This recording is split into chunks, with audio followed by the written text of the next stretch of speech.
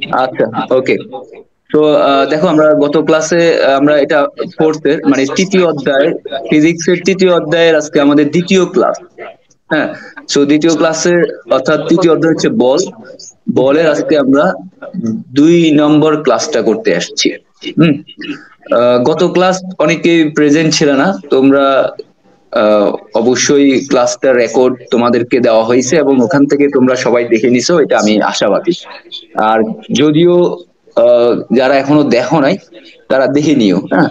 এবং আমি তোমাদের গ্রুপে, সায়েন্স একটা গ্রুপ আছে তোমাদের, ওই গ্রুপে আমি ছবি আকারে ক্লাসের লেকচার গুলো দিয়ে দিই। ওখান থেকে তোমরা সুন্দর মতো নোট করে নিও। আর এখন তোমরা কলম এবং খাতা রাখবা, যেটা যেটা প্রয়োজন মনে হচ্ছে এটা জাস্ট টুকে রাখবা। ঠিক আছে, এইটা তারপরে যখন নোট করবা সুন্দর করে, ওই যে আমি এই শীটটা দিয়ে দিব, এই শীট থেকে দেখে দেখে যখন তুমি নোট করবা, তখন ওখান থেকে তুমি যে এখন টুকে রাখতেছো এটা তোমাকে হেল্প করবে। তো এই জন্য আমি বলবো এখন আমি একটু দ্রুত আগাবো, যত দ্রুত সম্ভব তোমরা সেটা নোট করে রাখবা। আর যেখানে তুমি বুঝবা না সেখানে আমাকে বলবা, স্যার এটা বুঝিনি, এটা একটু বুঝাই দেন। ঠিক আছে, একটু জোরে বলতে হবে, না তবে আমার কাছে তোমাদের ভয়েসটা আসবে না। ওকে। তো আহ, আমরা সামনের দিকে আগাই। দেখো, আমরা যা শিখবো এগুলো গত ক্লাসে আমি বলছি, আমরা এই জিনিসগুলো শিখার কথা, এগুলো অলরেডি আমরা শিখে ফেলছি। ঠিক আছে, এই জিনিসগুলো আমরা শিখে ফেলছি। বল কি, জড়তা কি, বলের 4টি মৌলিক বল, তারপর আমরা এটা একটু রিভিউ দিব। পাশাপাশি আজকে আমরা এগুলো শিখবো, তো আমার একটু সময় লাগবে। যেহেতু একটা বড় সিলেবাস শেষ করতেছি আজকে। তোমরা সপ্তাহে আমি 2-3 ক্লাস নিছো, একটু সময় লাগবে আজকে। অন্য ক্লাসগুলো তোমরা তোমাদের স্যার ওভাবে ম্যানেজ করে নিবে, একটা ক্লাস হয়তো মিস হবে তোমাদের, এটা অন্যভাবে ম্যানেজ করে নিবে। আচ্ছা, তো তো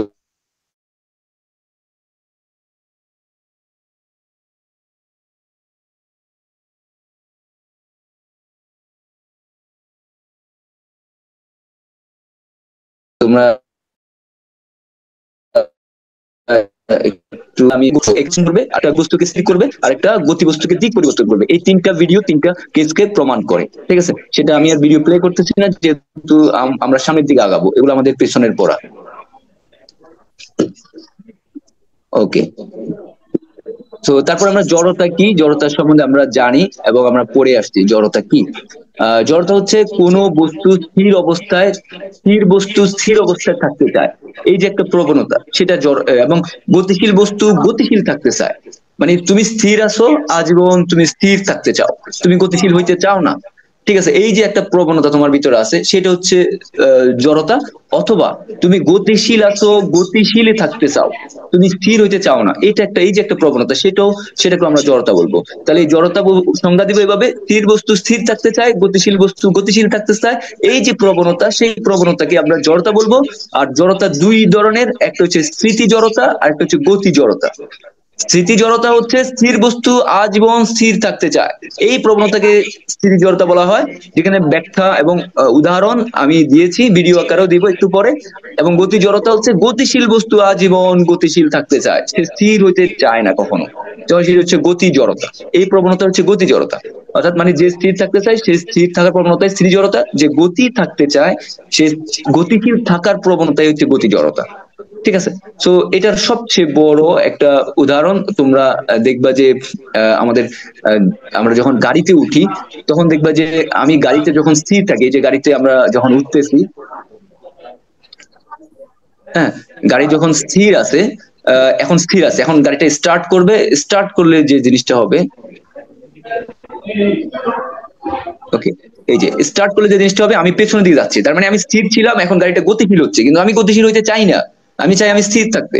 তখন এই যে স্থির বস্তু স্থির থাকতে চায়, এই যখন তুমি গতিশীল হতে যাচ্ছ তখন তুমি পেছনের দিকে যাচ্ছ। হ্যাঁ, তার মানে তুমি চাচ্ছ না যে গতিশীল হইতে, এইটা একটা স্থির জড়তা। আর যখন তুমি গাড়ি ব্রেক করতেছে তখন তুমি সামনের দিকে হেলে পড়তেছো, তার মানে হেলে পড়াটা মানে হচ্ছে যে তুমি চাচ্ছ যে গাড়িটার সাথে সাথে তুমি গতিশীল হয়ে গেছো, এখন তুমি আর গাড়িটা ব্রেক করে স্থির হইতে চাচ্ছে, কিন্তু তুমি স্থির হইতে চাচ্ছ না, এই জন্য তুমি সামনের দিকে ঢুকে যাচ্ছ। ওকে, সো এটা উদাহরণগুলো আর দেখাইলাম না। তারপর আমরা 4টি মৌলিক বল নিয়ে আলোচনা করব, খুব ইম্পর্টেন্ট এই বলগুলো। এর মধ্যে মহাকর্ষ বলটা চলে আসতেছে, এই মহাকর্ষের সাথে অভিকর্ষের একটা অবশ্যই সম্পর্ক আছে, সেগুলো আমরা আলোচনা করব। এই 4টা বলের মধ্যে মহাকর্ষ বল, তড়িৎ চৌম্বকীয় বল, সবল নিউক্লিয়াস বল এবং দুর্বল নিউক্লিয়াস বল। সো কয়টা বল আছে? তোমরা সবাই জোরে জোরে বলো তো, কয়টা বল আছে?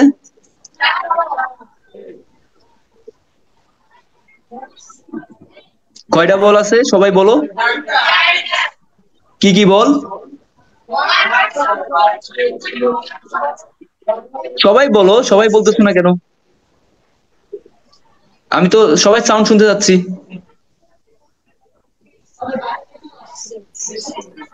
মারুফ, আসো। সবাইকে, সবাই তোমাদের কোনো টিচার এখানে আছে নাকি তোমরাই? আচ্ছা, তাহলে সবাই জোরে বলো, চারটা বল সম্বন্ধে সবাই সবাই বলো সাউন্ড করে, আমি শুনতে চাচ্ছি।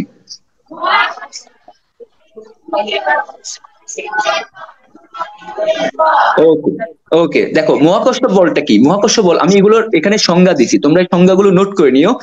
আমি এগুলো দিয়ে দিব, এখন নোট করতে হবে না, এগুলো আমি দিয়ে দিব, ওখান থেকে দেখে দেখে নোট করে নিবা। তোমরা যারা গ্রুপে অ্যাড হও নাই, হোয়াটসঅ্যাপ গ্রুপ আছে, অবশ্যই সবাই গ্রুপে অ্যাড হয়ে যাবা।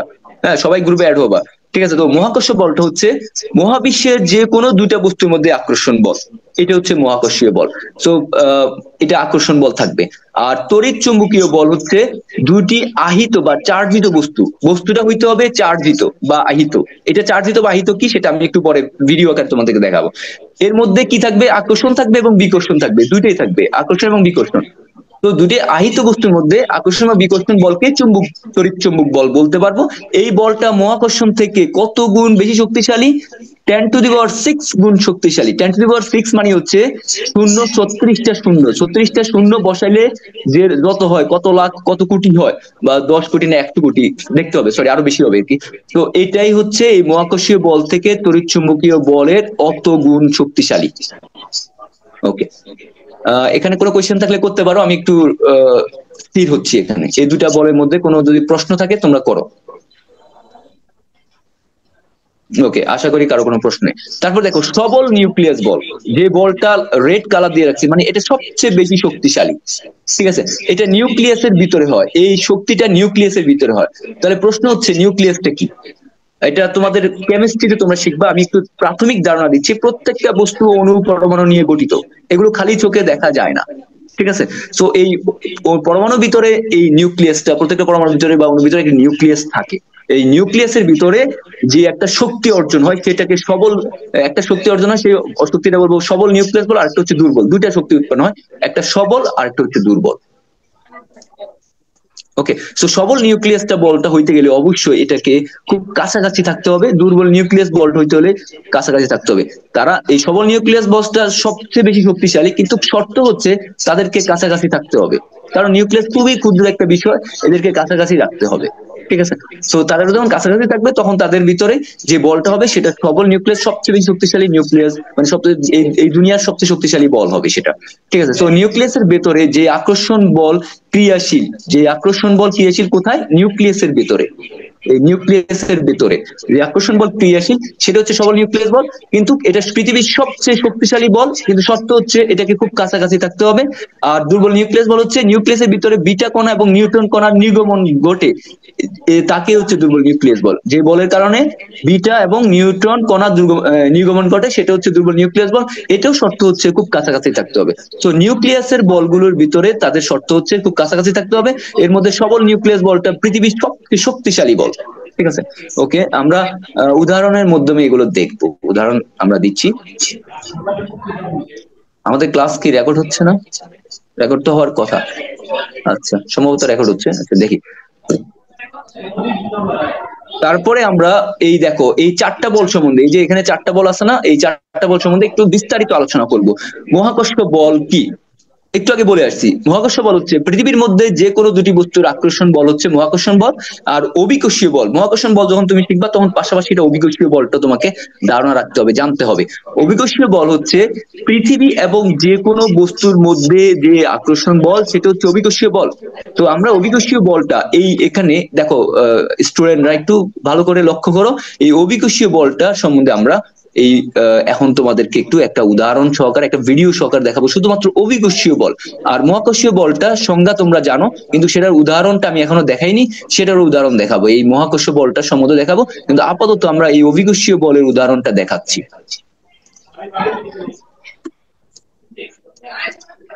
তাহলে অভিকর্ষীয় বল হচ্ছে এমন একটা বল, যে বল মানে পৃথিবীর দিকে টানে। যে কোনো বস্তুকে যখন পৃথিবীর দিকে টানতেছে তখন এটাকে অভিকর্ষীয় বলবো। যেমন দেখো এই আপেলটা, বিজ্ঞানী নিউটনের একটা গল্প তোমরা জানো, সে আপেল গাছ তলে পরে এরকম স্টাডি করতেছিল, তখন এই আপেলটা পড়ছে, তার সন্দেহ হচ্ছে আপেলটা কেন নিচে পড়লো, উপরে কেন না গেল। ঠিক আছে, তো এটা নিচে পড়ছে। তো দেখো আমাদের পৃথিবীর সার্ফেসটা এরকম বক্রাকৃতি, দেখছো, গোলাকার। হ্যাঁ দেখো প্রত্যেকটা জায়গা থেকে আপেল পড়তেছে, তো আপেলগুলোর একটা নির্দিষ্ট কেন্দ্রে তাকে টানতেছে।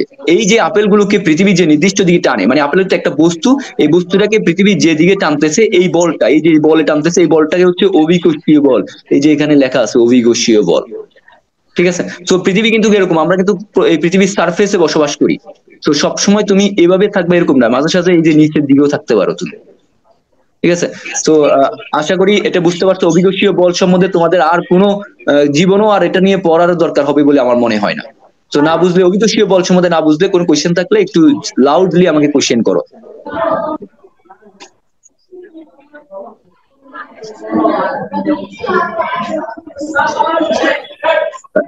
কারো কোনো কোয়েশ্চেন আছে? ওকে, সামনে আগাচ্ছি তাহলে, ঠিক আছে। ওকে, অভিকর্ষীয় বল সম্বন্ধে আমরা এটা নিয়ে আর তোমাদের পড়ার কথা না, কারণ বলে দেখবা যে পৃথিবীর সাথে যে কোনো বস্তুর যে টান, যে আকর্ষণ, সেটা হচ্ছে অভিকর্ষীয় বল। আচ্ছা, আর মহাকর্ষ বলটা কি? মহাকর্ষ বল হচ্ছে এই যে তোমরা কয়েকজন স্টুডেন্ট একই সাথে বসে আছো, হ্যাঁ, এই যে ধরো মরিয়ম, সামিরা, তোমরা যারা বসে আছো, তোমাদের মধ্যে দুইজনের মধ্যে এই আমাদের এই মানুষগুলো, তোমার সাথে চেয়ার টেবিলের একটা আকর্ষণ বল থাকবে। ঠিক আছে, বা পৃথিবীতে বা মহাশূন্যে, মহাবিশ্বে দুইটা বস্তুর মধ্যে যে আকর্ষণ, সেটা হচ্ছে মহাকর্ষণ। খেয়াল রাখবা স্টুডেন্টরা, যে মহাকর্ষ বল হচ্ছে পৃথিবীতে যে কোনো দুইটা বা মহাবিশ্বে যে কোনো দুইটা বস্তুর মধ্যে আকর্ষণ। এখন এই যে তোমরা দুজন বসে আছো, তোমাদের ভিতরে একটা আকর্ষণ বল আছে, কিন্তু সেটা তোমরা অনুভব করতে পারো না। ঠিক আছে, পৃথিবী যে তোমাদেরকে টানতেছে, যে অভিকর্ষীয় বলে টানতেছে, সেটা অনুভব করতে পারো, কারণ লাফ দিলে তুমি নিচের দিকে পড়ে যাচ্ছ। সেটা কারণ হচ্ছে পৃথিবী তোমাকে টানতেছে, সেটা তুমি অনুভব করতে পারতেছো। কিন্তু তোমাদের এই দুই বান্ধবীর ভিতরেও একটা বল আকর্ষণ করতেছে, অথবা তোমার সাথে যে তোমার সামনে যে টেবিলটা আছে, সেই টেবিলটাও তোমাকে টানতেছে, বা তুমি টেবিলটাকে টানতেছো, সেটারও একটা বল আছে। সেই বলটা আমরা অনুভব করতে পারি না, একটা কারণে পারি না। সে কারণটা হচ্ছে এই অভিকর্ষীয় বল, পৃথিবী তোমাকে এত শক্তিশালী বলে টানতেছে, ওই মহাকর্ষ বল মানে এই তুমি এবং তোমার চেয়ারের সামনে যে টেবিল আছে, যে টান তোমাকে যে টানতেছে, সেই টানটা থেকেও অভিকর্ষীয় বল মানে পৃথিবী যে তোমাকে টানতেছে তার থেকে বেশি টানতেছে। এই জন্য তুমি ওইটা অনুভব করতে পারো, কিন্তু এটা অনুভব করতে পারো না, কারণ একটা বল যদি সক্রিয় থাকে আরেকটা বল দুর্বল হয়ে যায়। এটা খুব স্বাভাবিক। ঠিক আছে, সো দেখো অভিকর্ষীয় বল হচ্ছে পৃথিবী তোমার দিকে টানতেছে, তোমাকে পৃথিবীর দিকে টানতেছে, কেন্দ্রের দিকে টানতেছে, যেরকম আপেলকে টানছে। তো এরকম এটা হচ্ছে অভিকর্ষীয় বল, এটা ক্ষমতা বেশি। তাই তুমি মহাকর্ষ বলটা, এই মহাকর্ষ বলটাকে তুমি বুঝতেছো না। মহাকর্ষ বল কিভাবে? মহাকর্ষ বল হচ্ছে এই যে তোমার সাথে এই যে যে কোনো তোমার বান্ধবীর যে আকর্ষণ বল, একটা মানুষের সাথে মানুষের যে আকর্ষণ থাকবে, একটা মানুষের সাথে একটা বস্তুর যে আকর্ষণ থাকবে, অর্থাৎ এর সামনে চেয়ার টেবিল আছে, সেগুলো তোমাকে টানতেছে। ঠিক আছে, কিন্তু তুমি এই বলটা অনুভব করতে পারতেছো না, একটাই কারণ, অভিকর্ষীয় বলটা বেশি। ঠিক আছে, তো এই মহাকর্ষ বলটা যে বাস্তবে আছে, সেটার একটা প্রমাণ আমি তোমাদেরকে দেখাচ্ছি। ঠিক আছে, পরের ভিডিওতে আমরা দেখতে পাই, দেখো বিজ্ঞানী ক্যাভেন্ডিস আসসালামু একটা আলাইকুম পরীক্ষা হুজুর। করেন। হ্যাঁ, হ্যাঁ ভাইয়া, আসসালামু আলাইকুম। হ্যাঁ হুজুর, আমার কথা শুনতেছো? ওই আমি জি ভাইয়া, আমি শুনতেছি। লিঙ্ক তৈরি করতে পারতেছি না, তোমার ক্লাস শেষ হলে আমাকে বলো, আমি ক্লাস নিবো। হ্যাঁ, হ্যাঁ, আমি আমি ক্লাসটা একটু ভাই একটু আপনি একটু আমাকে সময় দিতে হবে, ক্লাসটা শুরু করতে লেট হয়ে গেছে। আচ্ছা শেষ করো, শেষ করে যদি আচ্ছা সময় শেষ থাকে আমি করে, করবো আর কি, হ্যাঁ, আর নাইলে আমার শেষ। বিকাল 3টায় আমার ক্লাস আছে, বলে দিও। আচ্ছা ঠিক আছে, স্টুডেন্টরা জানে এখানে আছে অনেকে, হ্যাঁ, সবাই আছে। আচ্ছা, না এখন আমি আচ্ছা জি বলতেছি ভাই। যেটা আমার কথা, তুমি যখন শেষ করে ফেলে আমাকে একটু বলে, আমি এখানে ক্লাস নিবো, আমি আসি, লাইনে আসি। আচ্ছা তাহলে এখানেই ক্লাস নিয়ে, জি। হ্যাঁ হ্যাঁ, ঠিক আমি আছে। একটা লিঙ্ক তৈরি করতে পারতেছি না, ওই যে মিটিং টাইম। না না, একসাথে দুইটা লিঙ্ক হবে না ভাইয়া। এটাই, হ্যাঁ। জি জি, আচ্ছা আসসালামু ঠিক আলাইকুম। আছে। হ্যাঁ। ওকে, সো দেখো এই মহাকর্ষণ বলটা যে এটার যে একটা প্রভাব আছে, সেটাও আমরা কিভাবে দেখবো, সেজন্য একটা বিজ্ঞানী যে ক্যাভেন্ডিশ, এটা 1800 শতকে, মানে 1800 সালের দিকে উনি এটার একটা প্রমাণ দেখেন, দুইটা সীসার গোলকের মাধ্যমে ওটা একটা প্রমাণ দেখেন। উনি এই দুইটার বলকে এমন মহাশূন্য একটা মানে হালকা করে রাখছে, যেটাতে তার অভিকর্ষী বল, যা সামহাও এটার ভিতরে অনেক মেকানিজম আছে, সেগুলো আলোচনা করতেছি না। বাট উনি এটাকে মহাশূন্য করে রাখছে, মানে পৃথিবীতে তাকে টানতেছে, সেই টানটা হয়তো কোনো কারণে কোনোভাবে উনি এটাকে মিনিমাইজ করে মানে কমায় আনছে। আনার পরে উনি যেটা দেখলো, যে এটার পাশে দুইটা সীসার গোলক রাখলো, এই গোলকগুলো তাকে টানে কিনা, কারণ আমরা মহাকর্ষণ বল বলতে বুঝি দুইটা বস্তুর মধ্যে আকর্ষণ বল। এই দেখো টানতেছে, ঠিক আছে। সো উনি এই হেনরি ক্যাভেন্ডিশ এই পরীক্ষা সিসার গোলকের মাধ্যমে উনি পরীক্ষা করে দেখলো যে এই মহাকর্ষ বল পরীক্ষা করা যায় পৃথিবীতে থেকে, ঠিক আছে। তারপর আরো একটা উদাহরণ, সবচেয়ে জটিল উদাহরণ হচ্ছে, দেখো আমরা পৃথিবীতে কিভাবে থাকি, পৃথিবীর সার্ফেসে আমরা এভাবে বসবাস করি। এই মহাকর্ষ বলটা আমি অভিকর্ষীয় বল তোমাদের দেখাইছি, যে যেটা পৃথিবীর দিকে যেটা টানতেছে সেটা অভিকর্ষীয় বল। মহাকর্ষ বলটা নিয়ে আমাদের কনসার্নের বিষয়, যেটা আমরা সচরাচর দেখি না। তো মহাকর্ষ বলের কারণে আমাদের জোয়ার ভাটার হয়, সেটাও একটু দেখাচ্ছি কিভাবে জোয়ার ভাটার হয়। কারণ এই পৃথিবী দেখো, এখানে একটু দেখার বিষয় আছে। এটা সূর্য, আর এটা পৃথিবী, আর এটা হচ্ছে চাঁদ, ঠিক আছে। তোমরা দেখতেছো যে এটা হচ্ছে চাঁদ, আমার মাউসটা দেখতে পারতেছো, আর এটা পৃথিবী। হ্যাঁ, পৃথিবীর বাকি অংশ কিন্তু কালো, কারণ কি সূর্যের আলো এই অংশে পড়তেছে। ওকে, সূর্যের আলো এই অংশে পড়তেছে, তাই এই অংশটা হচ্ছে আলোকিত। বাকি এই পৃথিবীর এই গোল এই অংশ কালো, কারণ এই অংশে রাত, কারণ এই অংশের দিকে আলোটা, সূর্যের আলোটা পৌঁছাচ্ছে না। এরপর এটা হচ্ছে সূর্য, সরি চন্দ্র। এই চন্দ্রটা এই যে বলয় একটা এইটাতে আবর্তন করে, হ্যাঁ। আর সূর্যকে পৃথিবী এই বলতে আবর্তন করে, ঠিক আছে। এই জিনিসটা তোমরা দেখছো মনে হয় এর আগে, তারপরও একটু এখানে সুযোগ পাইলাম তাই দেখাই দিলাম। এখন এই চন্দ্র এবং পৃথিবী, ঠিক আছে, এবং সূর্য এবং পৃথিবী এদের মধ্যে একটা আকর্ষণ বল থাকবে। এই আকর্ষণ বলের কারণে আমাদের জোয়ার ভাটার হয়। সেটা একটু তোমাদেরকে আমি ভিডিও আকারে দেখাচ্ছি। দেখছি, দেখছো পৃথিবীটা ঘুরতেছে, এবং তার সাথে সাথে চন্দ্র পৃথিবীর কেন্দ্র ঘুরতেছে। এই মেকানিজমটাই কিন্তু আমাদের সৌরজগতে ঘুরতেছে। তো দেখো, এই মুন মানে চন্দ্র, আর্থ মানে পৃথিবী। এই চন্দ্র এবং পৃথিবীর মধ্যে একটা আকর্ষণ থাকবে। আকর্ষণ থাকলে এই আকর্ষণের বলের কারণে পৃথিবীতে সলিড অনেক পদার্থ থাকে, আমি আছি, গাছপালা আছে, মাটি আছে, এগুলো তো সলিড। এগুলো এগুলো থেকে তরল পদার্থ মানে পানিটাকে টাইনে উপরে উঠানো যায়, মানে তাকে টেনে দ্রুত সামনের দিকে আগানো যায়। দেখো, এই চন্দ্রে এই পৃথিবীকে টানার কারণে এই পানিটা এদিকে ফুলে যাচ্ছে, মানে পানিটা এদিকে চলে আসতেছে, এবং অন্য মেরু অঞ্চলগুলোর থেকে পানি তো আর এখানে সৃষ্টি হবে না, অন্য জায়গা থেকে, নদী নালা সমুদ্র থেকে এগুলো প্রবাহিত হয়ে এই জায়গায় চলে আসে। তাহলে এই জায়গায় পানির পরিমাণ বেশি হবে, কারণ চন্দ্রের দিকে আছে। তার মানে চন্দ্র যেদিকে থাকবে এদিকে জোয়ার থাকবে, ঠিক আছে, বাকি দিকে বাটার হবে। তো যেমন এই জিনিসটা আরো বিস্তারিত বলা যাবে, আমি জাস্ট তোমাদেরকে আমাদের মহাকর্ষণ যে বলটা কাজ করে সেটা দেখাচ্ছি। একটু দেখতে থাকো তোমরা, ভিডিওটা প্লে হচ্ছে। সো নিজেদের মধ্যে কথা বলো না প্লিজ, তোমাদের কোনো টিচার নাই এখানে, সবাই ক্লাস নিচ্ছে। দয়া করে তোমরা নিজেদের সম্মান নিজেরা বজায় রাখবা। সো ওখানে দেখো, গৌণ জোয়ার একটা মুখ্য জোয়ার, এগুলো জোয়ার কখন হয়, বাটার কখন হয়, এগুলোর ব্যাপার যখন পড়াবে তখন আলোচনা করবে। বাট এটা একটা ইন্ডিকেশন যে আমার মহাকর্ষণ বলটা যে কাজ করতেছে সেটার ব্যাপারে তোমাদের ধারণা দিচ্ছি। হ্যাঁ, একই অবস্থায় যখন থাকবে, সরি,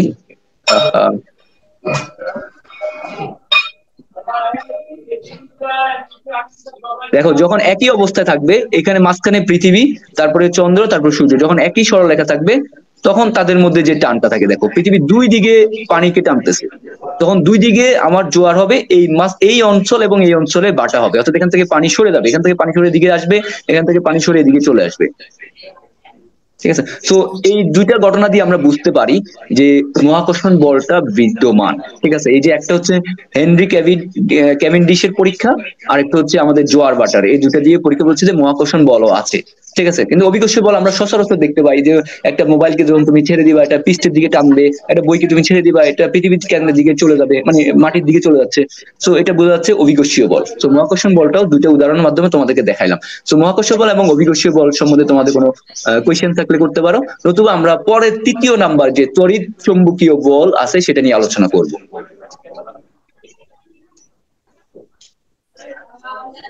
কোনো কোয়েশ্চেন, কোনো কোয়েশ্চেন আছে?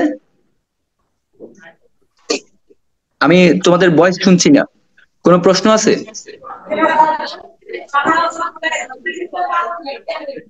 আমি কথা শুনতেছি না, সরি।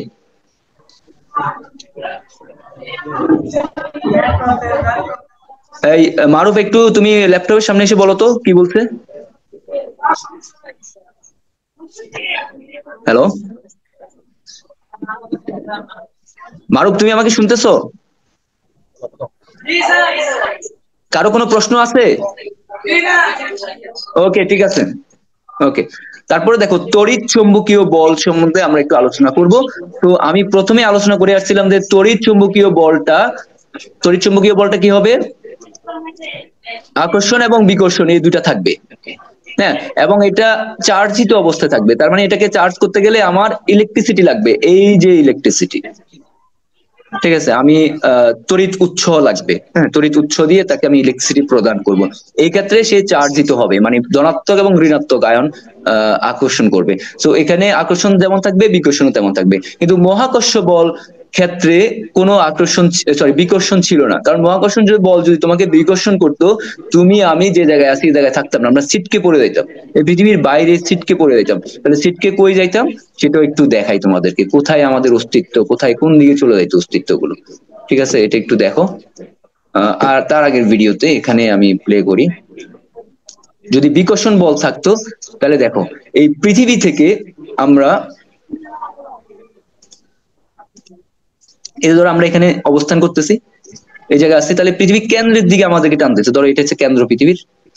কিন্তু এই আকর্ষণের কারণে আমরা এই পৃথিবীর সাথে অ্যাটাচড হয়ে আছি, কিন্তু যদি বিকর্ষণ করতো তাহলে আমরা এই যে সিটকে এদিকে চলে যেতাম। আর এখান যখন এই জায়গাগুলো যখন চলে যাবে, এগুলো হচ্ছে মহাশূন্য, এগুলো তো অক্সিজেন পাবা না, এবং তোমার পৃথিবী আকর্ষণ থাকবে না, কোনো কিছু থাকবে না এখানে, এখানে তুমি কয়েক সেকেন্ডে তো মারা যাবা। ঠিক আছে, আমাদের যে অক্সিজেন থাকে সেই অক্সিজেন হয়তো বা 15 থেকে 20 কিলোমিটার এই যে অঞ্চলগুলোতে অক্সিজেন থাকে। ঠিক আছে, এই অঞ্চলগুলোতে অক্সিজেন থাকে, পৃথিবী এই যে এই 15 থেকে 20 কিলোমিটার হাইটে অক্সিজেন থাকে। ঠিক আছে, ওকে।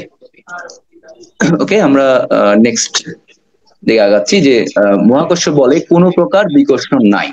বিকর্ষণ থাকলে এটা আল্লাহরই একটা সৃষ্টি, আমরা এখান থেকে অনেক কিছু শিখতে পারি। ওকে, আচ্ছা। তো এই তড়িৎ চুম্বকের ক্ষেত্রে বিকর্ষণ আছে। তড়িৎ চুম্বকের ক্ষেত্রে বিকর্ষণ আছে, আবার বিকর্ষণ না থাকলে এখানে আবার ধনাত্মক ঋণাত্মক আয়ন প্রবাহিত হবে না, এখানে আবার ইলেকট্রিসিটি প্রবাহিত হবে না, কারেন্ট বিদ্যুৎ বা বাল্ব বা ফ্যান চলতেছে এগুলো আবার চলবে না। তো আকর্ষণ বিকর্ষণ দুইটা একসাথে কাজ করবে। তো ঠিক আছে, দেখো এখানে একটা সার্কিট আমি আঁকতেছি, এটাকে সার্কিট বলা হয়। যে সার্কিটে এটাকে বলা হচ্ছে সলিনয়েড। এই সলিনয়েডটা হচ্ছে ফ্যানের ভিতরে একটা পেঁচালো তার থাকে, কুণ্ডলী থাকে, হ্যাঁ, ফ্যানের ভিতরে থাকে, মোটরের ভিতরে থাকে, তোমরা অনেকে দেখছো যে আমরা বলি না ফ্যানের কয়েল নষ্ট হয়ে গেছে, এই কয়েল হচ্ছে এটা, যেটাকে আমি বাস্তবে এই যে প্যারেক, একটা প্যারেকের মধ্যে তামার তার দিয়ে পেঁচিয়ে এটাকে তৈরি করে রাখছি। ঠিক আছে, ওকে। তারপরে তারপরে এই যে ব্যাটারি উৎস, এই যে ব্যাটারি মানে বিদ্যুৎ উৎস, এটাকে আমি এখানে এইভাবে রাখতেছি। তারপরে এই যে চাবি, চাবি মানে এই যে সুইচ আর কি, এই সুইচটাকে এখানে রাখতেছি। ঠিক আছে, তো আমরা এই যে সলিনয়েড, সলিনয়েড আছে, সলিনয়েড যেটাকে আমরা তামার পেসের তার, পেস বলবো, এটার এটার এদিকে একটা তার আছে, এদিকে একটা তার আছে। ঠিক আছে, তো এটাকে এটার সাথে অ্যাটাচ করে দিব, সংযোগ করে দিব, এটাকে এটার সাথে সংযোগ করে দিব, সংযোগ করে দিলে এখানে বিদ্যুৎ প্রবাহিত হবে, এটার মধ্যে বিদ্যুৎ প্রবাহিত হবে। বিদ্যুৎ প্রবাহিত হইলে এখানে প্লাস মাইনাস মানে এই যে চার্জিত অবস্থায় আসবে, সেখানে আকর্ষণ এবং বিকর্ষণ বল কাজ করবে। আকর্ষণ বলটা কাজ করবে কিভাবে, সেটা আকর্ষণ বল কাজ মানে হচ্ছে একটা আরেকটাকে আকর্ষণ করবে। তাহলে কিভাবে আকর্ষণ করে সেটা একটু দেখে নাও।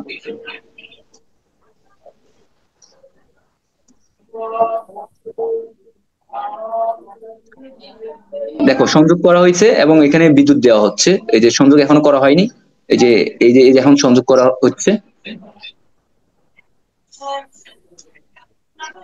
হ্যাঁ, সংযোগ করা হয়েছে, সংযোগ করা যে যে আকর্ষণ করতেছে, দেখো এই যে মেটাল গুলো, হ্যাঁ, পদার্থ গুলোকে সে দেখছো টেনে নিয়ে আসছে, তার মানে তার ভিতরে একটা চুম্বকীয় বল আসছে, মানে একটা আকর্ষণ ক্ষমতা আসছে। ঠিক আছে, আবার যখন তুমি তাকে সংযোগটা বিচ্ছিন্ন করে দিবা, সংযোগটা তখন বিচ্ছিন্ন করে দিবা, এই যে বিচ্ছিন্ন করে দেওয়ার পর আবার পড়ে গেছে, সংযোগ যখন খুলে দিছো তখন আবার পড়ে গেছে মেটালটা। তার মানে এই দুইটা আয়ন্ত বস্তুর ভিতরে একটা আকর্ষণ এবং বিকর্ষণ কাজ করবে, সেটা হচ্ছে তড়িৎ চুম্বকীয় বল। তড়িৎ চুম্বকীয় বল কখন বাড়বে, যখন তড়িৎ প্রবাহ যত বেশি করবা, এই এই কুণ্ডলীর ভিতরে যত প্রবাহ থাকবে অত তার তড়িৎ প্রবাহ থাকবে, ওই যে মোটর তত স্পিডে ঘুরবে, যত এই এই কুণ্ডলীটার যত মানে সলিনয়েডের ভিতরে যত তামার তার থাকবে, যত প্যাচ থাকবে তত বেশি এখানে প্রবাহিত হবে, এবং যত প্যাচ সংখ্যা থাকবে এবং যত কারেন্ট ভোল্টেজটা থাকবে আর কি। ঠিক আছে, তখন এই তড়িৎ চুম্বকীয় বলটা বেশি হবে। ঠিক আছে, তোমরা এত কিছু না বুঝলেও জাস্ট সংজ্ঞাটা শিখে নাও, আকর্ষণ এবং বিকর্ষণ। আমার এখানে যে কথাগুলো আছে অনেকের কাছে হয়তো একটু বেশি বেশি মনে হয়ে যেতে পারে, যারা বুঝতেছো না বা হয়তো মনোযোগ দিচ্ছে না তাদের কাছে একটু বেশি বেশি মনে হবে। তখন এই জন্য তাদের জন্য বলছি যে কথাগুলো শুধুমাত্র আমার স্লাইডে মানে আমার এই এখানে স্ক্রিনে তোমরা যে কথাগুলো দেখতেছো এগুলো মনে রাখলেও চলবে। ঠিক আছে, উদাহরণ সহকারে দেখালে তোমাদের এই জিনিসগুলো পড়তে হবে না, তাই আমি ভিডিও আকারে উদাহরণ দিচ্ছি। দেখছো এখানেও একটা, দেখো যখন আমি সংযোগ দিচ্ছি তখন প্লাস মাইনাস প্রবাহিত হচ্ছে, মানে এই যে আদানগুলো চার্জিত অবস্থা হচ্ছে, এবং এখানে একটা মিলে ম্যাগনেটিক ফিল্ড তৈরি হবে। ম্যাগনেটিক ফিল্ডটা কিরকম দেখছো, এই যে ম্যাগনেটিক ফিল্ড, এই জায়গাটা চৌম্বকী পরিণত হবে। ঠিক আছে, তারের এই জায়গাটা চুম্বকে পরিণত হবে, এই জন্য এখানে কোনো মেটাল থাকলে তাকে আকর্ষণ করে। যেমন আমরা আমাদের যখন কারেন্টে শর্ট করে, তোমরা দেখো কারেন্টে শক করে, তোমাদের অনেকে দেখা যায় কারেন্টে টেনে নিয়ে যাচ্ছে তোমাকে, এই যে এই প্রবাহের ভিতরে, এই ফিল্ডের ভিতরে যদি তুমি ঢুকে যাও, তোমাকে অটোমেটিক্যালি এই কারেন্টটা তোমাকে টান দিয়ে নিয়ে যাবে। ঠিক আছে, অথবা অনেক সময় দেখবে যে তোমাকে ধাক্কা দিয়ে ফেলে দিচ্ছে, তখন এই যে আকর্ষণ বিকর্ষণ, এটা হচ্ছে তড়িৎ বল, তড়িৎ চুম্বকীয় বল। তড়িৎ চুম্বকীয় বলের কারণে তোমাকে আকর্ষণ এবং বিকর্ষণ করবে। ঠিক আছে, ওকে। তারপরে আমরা আমাদের আজকে নতুন টপিকস নিয়ে আলোচনা করব, সেগুলো হচ্ছে সাম্য এবং অসাম্য বল। তাহলে বলের সাম্য অবস্থা বলতে কি বুঝি? বলের সাম্য অবস্থা বলতে তাহলে সংজ্ঞা পড়ার আগে আমরা একটু উদাহরণটা দেখে আসি। যেমন দেখো এখানে একটা বলকে, একটা গোলক, এটার অবশ্যই একটা ওজন থাকবে, এটা একটা অবশ্যই বর থাকবে। তো বরকে আমরা সাধারণত এম দ্বারা প্রকাশ করি, ওজনকে ডাব্লিউ দ্বারা প্রকাশ করি। তো এই এই এটার যে বরটা থাকবে, এটার যে বরটা থাকবে সেটাকে আমি এম দ্বারা প্রকাশ করতেছি। এটা নিচের দিকে তাকে টানা শুরু করবে। ঠিক আছে, নিচের দিকে টানবে, কে টানবে? অভিকর্ষীয় বলের প্রভাবে। সো অভিকর্ষীয় বলের যে যে টানার যে মাত্রাটা, সেটা জি এর উপর নির্ভর করবে। সো এই এম সাথে যখন তুমি জি গুণ দিয়ে দিবা, তখন এটা হয়ে যাবে ওয়েট, যেটাকে আমি ডাব্লিউ বলতে পারি, ওয়েট, ডাব্লিউ ওয়েট। ঠিক আছে, মানে ওজন। তো বর এবং ওজন যে আলাদা, সেটার ব্যাপারে তোমরা জানো, ক্লাস 8-এ, 7-এ, 6-এ এগুলো শিখে আসার কথা। হ্যাঁ, যখন তুমি বরের সাথে এই অভিকর্ষীয় ত্বরণটা গুণ দিয়ে দিবা, তখন এটা ওজনের পরিণত হয়ে যাবে। সো এদিকে এই ওজনটা এদিকে আমাকে টানতেছে। ঠিক আছে, আমি জিটা মুছে দিচ্ছি। তো এই ওজনটা, এই যে ডাব্লিউটা আমার এখানে টানতেছে। হ্যাঁ, তো যে বলে টানতেছে, বিপরীত ভাবে একই বল প্রয়োগ করতেছে এই সুতাটা। এই সুতাটা একই বল প্রয়োগ করে তাকে ধরে রাখছে। ধরে রাখার কারণে সে কিন্তু ব্যালেন্স এবং স্থির অবস্থায় আছে। যদি ধরে না রাখতো, সে তাহলে মাটিতে বা নিচের দিকে পড়ে যেত, পৃথিবীর টানে সে নিচের দিকে পড়ে যেত। তো এই যে এখানে দেখো ডাব্লিউ আর এফ, ডাব্লিউ আর একটা এফ, এই দুইটা কিন্তু সমান। হ্যাঁ, তাহলে ডাব্লিউটাকে যদি তুমি পজিটিভ ধরো, এটাকে নেগেটিভ ধরতে হবে, কারণ একটা নিচের দিকে যদি পজিটিভ ধরো, উপর দিকে নেগেটিভ ধরতে হবে। তাহলে এই প্লাস মাইনাসে কি হবে, যেহেতু দুটোটা সমান, এটাও যদি সমান সমান মানে হচ্ছে এটাও যদি পাস হয় এটাও পাস, অথবা এটা যদি 10 হয় এটাও 10। তো ধরে নিলাম যে ধরো এই ভ্যালুটা পাস এবং এটাও পাস, এই এফ এর মান এটাও পাস, কারণ দুটাই সমান সমান। এই জন্য সমান সমান বলেই দুইটা স্থির, এই বলটা স্থির অবস্থায় আছে। তাহলে প্লাসের পাস আর মাইনাসের পাস কি হবে? প্লাসের পাস আর মাইনাসের পাস কি হয়? শূন্য হয়, এক্স্যাক্টলি শূন্য হয়।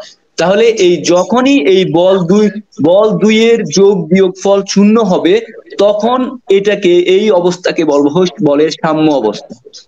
ঠিক আছে, বলের সাম্য অবস্থা কখন হবে? যখন এই বল দ্বয় স্থির থাকবে, মানে যে কোনো একটা বস্তু যখন স্থির থাকবে, অবশ্যই তখনই সাম্য অবস্থায়, কারণ তখনই আমাদের এই বল দ্বয় গুলো প্লাস মাইনাস করলে জিরো হবে। সো এটা আবার সংজ্ঞার সাথে একটু তোমরা মিলাই দেখো।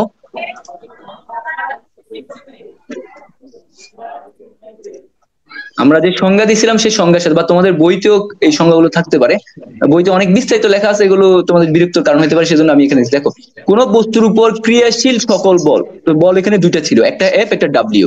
সো ক্রিয়াশীল ছিল, এই দুইটা বল একে অপরকে বাতিল করে দেয়। বাতিল করে মানে একটা প্লাস ছিল একটা মাইনাস ছিল, তো প্লাসে মাইনাসে বাতিল করে শূন্য করে দিতে।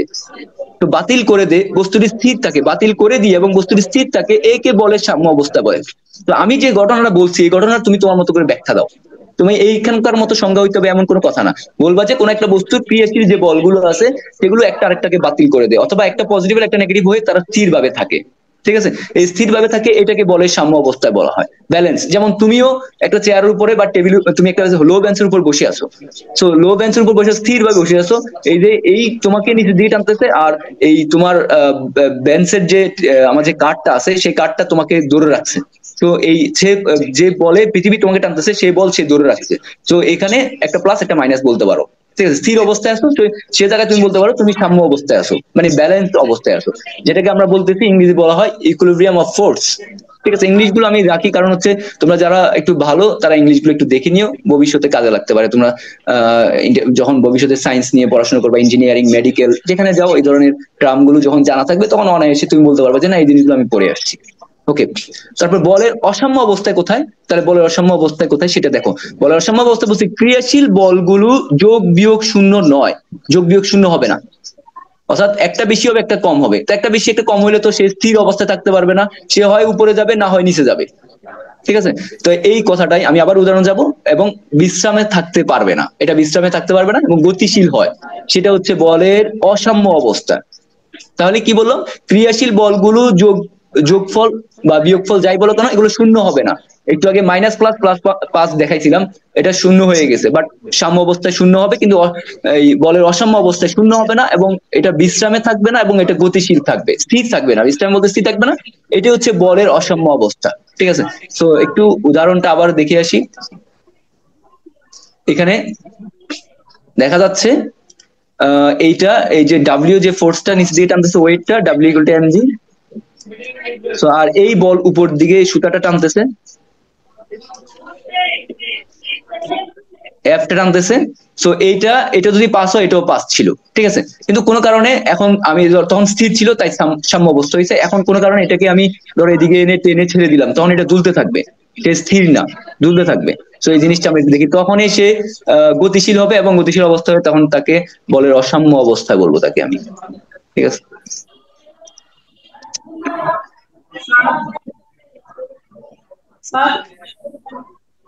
হ্যাঁ বলো।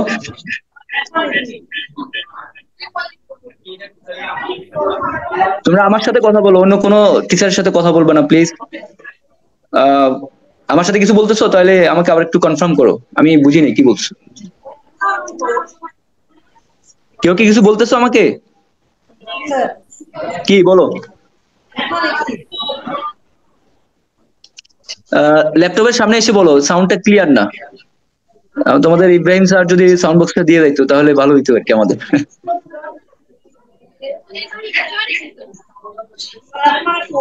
সাউন্ডটা হ্যাঁ আমি দিয়ে যেতে চাইছি, বুঝছো, তোমার ল্যাপটপে সেট হয় না, এই জন্য রাখে নাই। ও আচ্ছা আচ্ছা, বুঝছি আমি।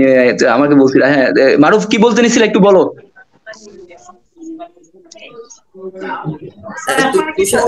নজরুল, আমি একটু হেল্প করি এখানে। তুষারের মোবাইলটা আছে না, ওর মোবাইলটা দিয়ে দিতে বলো, তাহলে যে কথা বলবে মোবাইলটা নিয়ে কথা বলতে পারবে। এখানে তো কেউ নাই, ওদের ক্লাস আছে, মানে রুটিনটা এত কনফ্লিক্ট হয়ে গেছে যে না না না, কাউকে ফ্রি রাখতে তুষারের পারতেছি মোবাইলটা না। দিয়ে গেলে হবে তো, তুষার শুধু মোবাইলটা দিয়ে গেলে হবে। মারুফ একটু মোবাইলটা নিয়ে আসো, মারুফ একটু মোবাইলটা নিয়ে আসো। তুষার স্যার থেকে মোবাইলটা নিয়ে আসো, এনে তুমি যে কথা বলবে তাকে মোবাইলটা দিয়ে দাও, সে কথা বলতে পারবে। তোমাদের প্রজেক্টরে স্ক্রিনে দেখা যাচ্ছে ঠিক আছে, বাট তোমাদের ভয়েস গুলো আমি ক্লিয়ার না।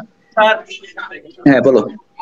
স্যার কাছে মোবাইল বললেন, হ্যাঁ মানে মোবাইলে কথা বলতে এনে এনে বুঝা যায় না, এইভাবেই বলবো না কেন কইব কিন্তু তো তুমি বুঝতে পারো। হ্যালো, হ্যাঁ মারুফ বলো।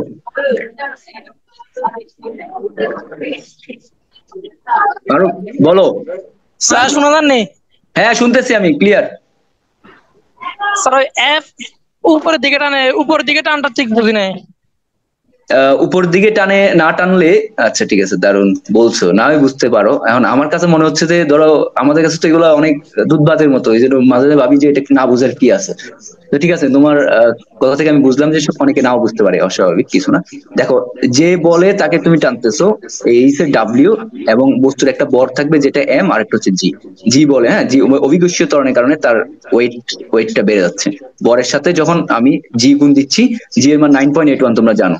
ঠিক আছে, যদি এমকেএস আমি প্রকাশ করতে চাই, তাহলে এই যে উপর নিচে থেকে একটা বল আছে, সুতা দিয়ে একটা বলকে এরকম গোলককে যখন তুমি ঝুলাই রাখবা, তখন সুতাটা একবার টান টান অবস্থা হয়ে থাকে না, তার মানে অবশ্যই এটা এখানে একটা টানা বল থাকবে, এই টানা বলটাকে আমরা উপর দিকে বলতেছি। বুঝতে পারছো? জি স্যার। মানে এই গোলকটাকে যে দিকে পৃথিবী টানতেছে, তাহলে এই দিকে টানতেছে, তো তুমি যদি তুমি ওটা উপরের উপরের দিকে যদি তাকে না টেনে রাখো, তাহলে তো সে নিচের দিকে চলে যাওয়ার কথা, কিন্তু সে নিচের দিকে যাচ্ছে না, সে ঝুলে আছে, মানে স্থির অবস্থায় আছে। তার অর্থ হচ্ছে অবশ্যই এই সুতার মাধ্যমে কোনো না কোনো বল তাকে উপরের দিকে টেনে রাখতেছে। তুমি যদি নিচের দিকে পড়ে যেতে চাও, তাহলে উপর থেকে তোমাকে টেনে রাখতে হবে না? হ্যাঁ, তো ওই উপরে কোনো না কোনো বল তাকে টেনে রাখতে, যেটা তুমি হয়তো তোমার মানে চোখে দেখা যাচ্ছে না, তোমার চোখে মনে হচ্ছে যে না কোনো বল তো আমি দেখতেছি না, না অবশ্যই কোনো না কোনো বল তোমাকে উপর থেকে ধরে রাখছে, সেটাকে আমি এফ দ্বারা প্রকাশ করতেছি। ক্লিয়ার? জি স্যার বুঝছি। হ্যাঁ, এই বলটা এমন একটা বল যেটা এই যে ধরো এখানে যদি 10 কেজি নিচের দিকে যাচ্ছে, এই বলটাও 10 কেজি হবে, কারণ সমান সমান আছে বলেই তারা স্থির অবস্থায় আছে। যদি 20 কেজি হইতো আর এটা যদি 10 কেজি হইতো, তাহলে সুতাটা ছিঁড়ে এই বলটা নিচের দিকে পড়ে যেত, কারণ নিচের দিকে ওজনটা বেশি। জি বুঝতে পারছো? জি স্যার।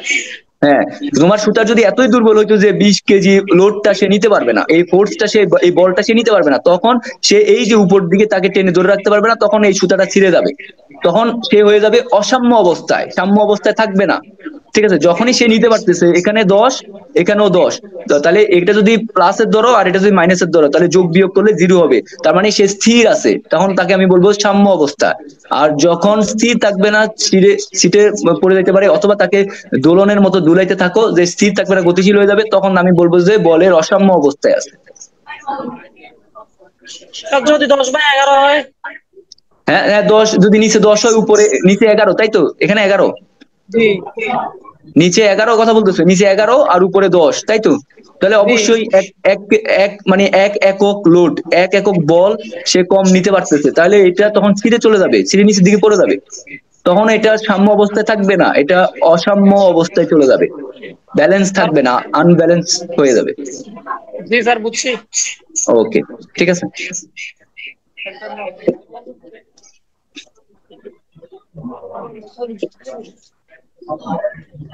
যেমন দেখো, পেন্ডুলামের মতো যদি আমি তাকে দোল খাওয়াই দিই, তখন সে কিন্তু ব্যালেন্স নাই। হ্যাঁ, তার বলটা এদিকে একটা বল তৈরি হচ্ছে, নিচের দিকে বল না, এদিকে একটা বল তৈরি হচ্ছে, আর নিচের দিকে আরেকটা বল তৈরি হচ্ছে, এরপর এদিকে আরেকটা বল, এগুলো যোগ বিয়োগ করলে শূন্য আসবে না।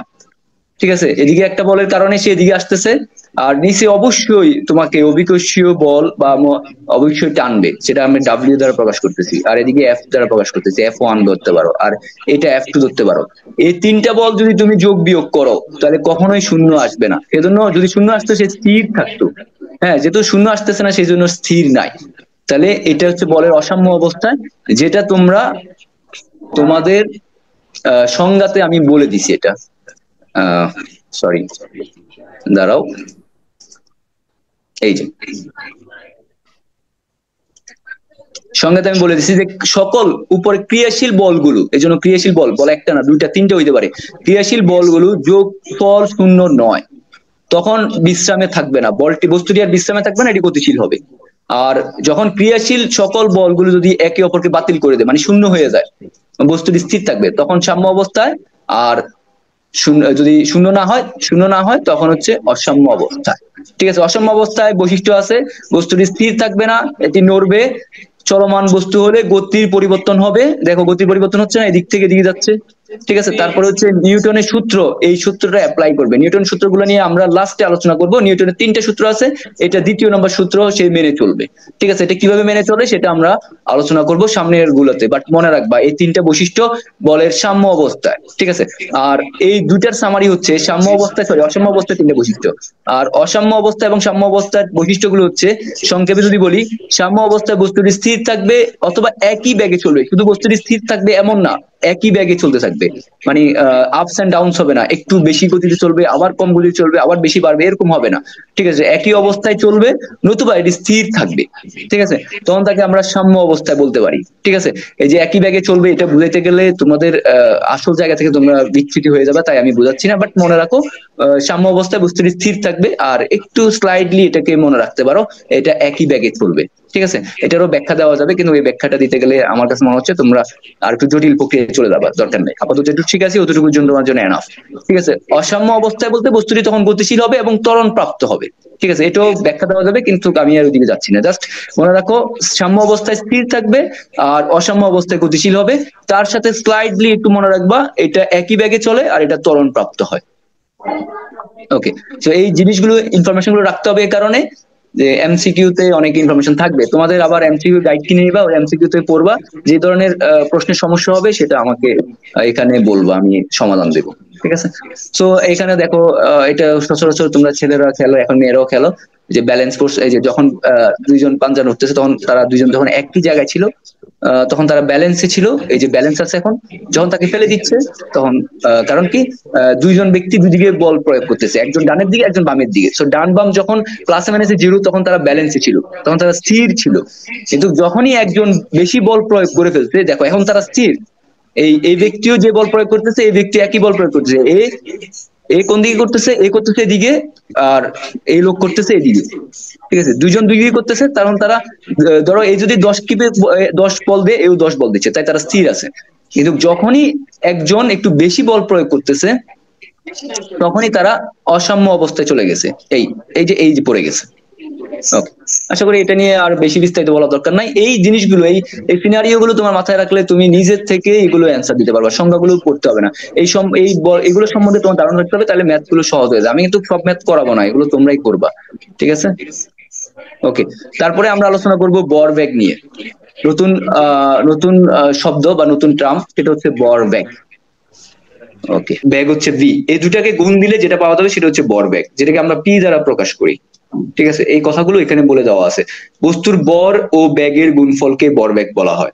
এই ভর এম, এটাকে আমরা কেজি দ্বারা প্রকাশ করি, তার একক হচ্ছে কেজি। আর এটাকে আমরা ব্যাগকে আমরা মিটার পার সেকেন্ড দ্বারা প্রকাশ করি। সো এই ভরবেগের একক হচ্ছে তাহলে কেজি আর হচ্ছে মিটার পার সেকেন্ড, এই দুটো গুণ দিলে যা হবে এই যে ভরবেগের একক।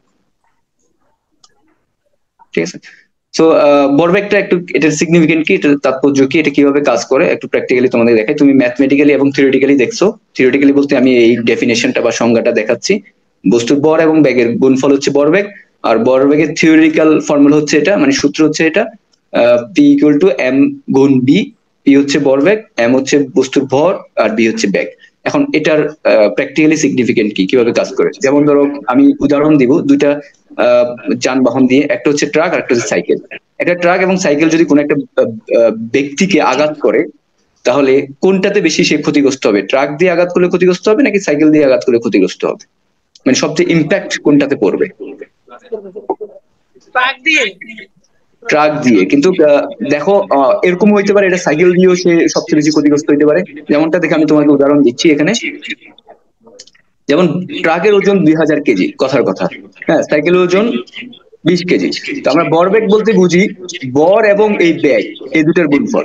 এই ট্রাকটা, এই 2000 কেজি ট্রাকটা এই 2 মিটার পার সেকেন্ড ব্যাগে চলতেছে।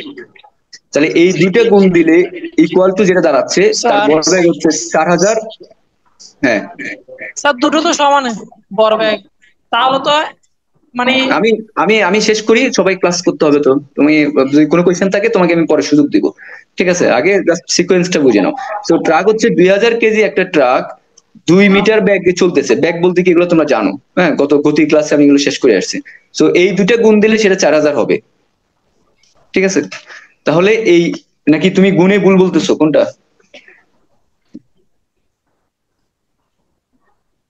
4000 হবে। ওকে, তো এটা হচ্ছে ভরবেগ। হ্যাঁ, এই যে 4000 এই ব্যাগে তাকে আঘাত করবে। তো তারপরে 20 কেজি একটা সাইকেল, সে যদি 200 মিটার পার সেকেন্ডে চলে, অর্থাৎ ব্যাগটা তার ট্রাকের থেকে একটু বেশি, তখন এই দুইটার গুণফল যেটা হবে সেটাও 4000। ঠিক আছে, তাহলে দেখো ভরবেগ দুইটার একই, এবং এই সাইকেল এবং ট্রাকের এই ভরবেগ দুইটারই একই। তাহলে এই দুটাই একই সমান, আহ এটাকে আমরা বলি গাত বল, সমান গাত বলে আঘাত করবে। ঠিক আছে, দুইটার ব্যাগ একই হবে, ব্যাগের গাত একই হবে। ঠিক আছে, তো একই মানে যে বস্তুকে আঘাত করবে বা কোনো ব্যক্তিকে আঘাত করলে তারা একই ভাবে ক্ষতিগ্রস্ত হবে। সে হচ্ছে, তোমার কাছে আপাত দৃষ্টিতে মনে হচ্ছে ট্রাকের ওজন বেশি বা ট্রাক বড় একটা বিষয়, এটা আঘাত করলে বেশি ক্ষতিগ্রস্ত হবে না। ট্রাক এবং সাইকেল দুইটাই আঘাত করলে একই ক্ষতিগ্রস্ত হবে, তখন তাদের যদি ভরবেগ সমান থাকে। দেখো, এটা ইনিশিয়ালি সে এখান থেকে শুরু হয়েছে, মানে প্রাথমিকভাবে এখান থেকে তার ভরবেগ শুরু হয়েছে এম এবং বি, দেখতে পারতেছো এম এবং বি ওয়ান। ঠিক আছে, এখান থেকে কোন এক ব্যক্তি তাকে আঘাত মানে এ করলেও, সরি, নিক্ষেপ করলো, নিক্ষেপ করে সে এরপরে সে দেওয়ালে আঘাত পাইলো। তাহলে আগের ভরবেগ ছিল M1 V1। ঠিক আছে, তো প্রথমে ভরবেগ ছিল M B1। এটা প্রথমে ওই ব্যক্তির হাত থেকে যখন বলটা ছুড়ে দেওয়া হলো, তখন তার ভরবেগ হচ্ছে বল ইন্টু ব্যাগ, ভর ইন্টু ব্যাগ। সো এটা একটা ভরবেগ। তারপরে যখন আবার এই দেওয়াল থেকে সে আবার আবার ফিডব্যাক যাবে, তখন তার আরেকটা ভরবেগ থাকবে, সেটা হবে m এবং b2 কথা হতো, কারণ m সমান, কারণ এই বস্তুটার ভর তো চেঞ্জ হয়নি, সো এখানেও যে m ছিল এখানেও একই m থাকবে। আচ্ছা, তাহলে তাহলে প্রথম যে ভরবেগ ছিল সেটাকে আমরা, এটা যদি এদিকে যাচ্ছে তাহলে এটাকে আমরা প্লাস ধরলাম, আর এরপরটা এদিকে যাচ্ছে এটাকে আমরা মাইনাস ধরলাম, কারণ সে দেওয়ালে বাড়ি খেয়ে আবার এদিকে যাবে, তাহলে এটাকে আমরা মাইনাস ধরলাম। ঠিক আছে, সো একটু দেখো,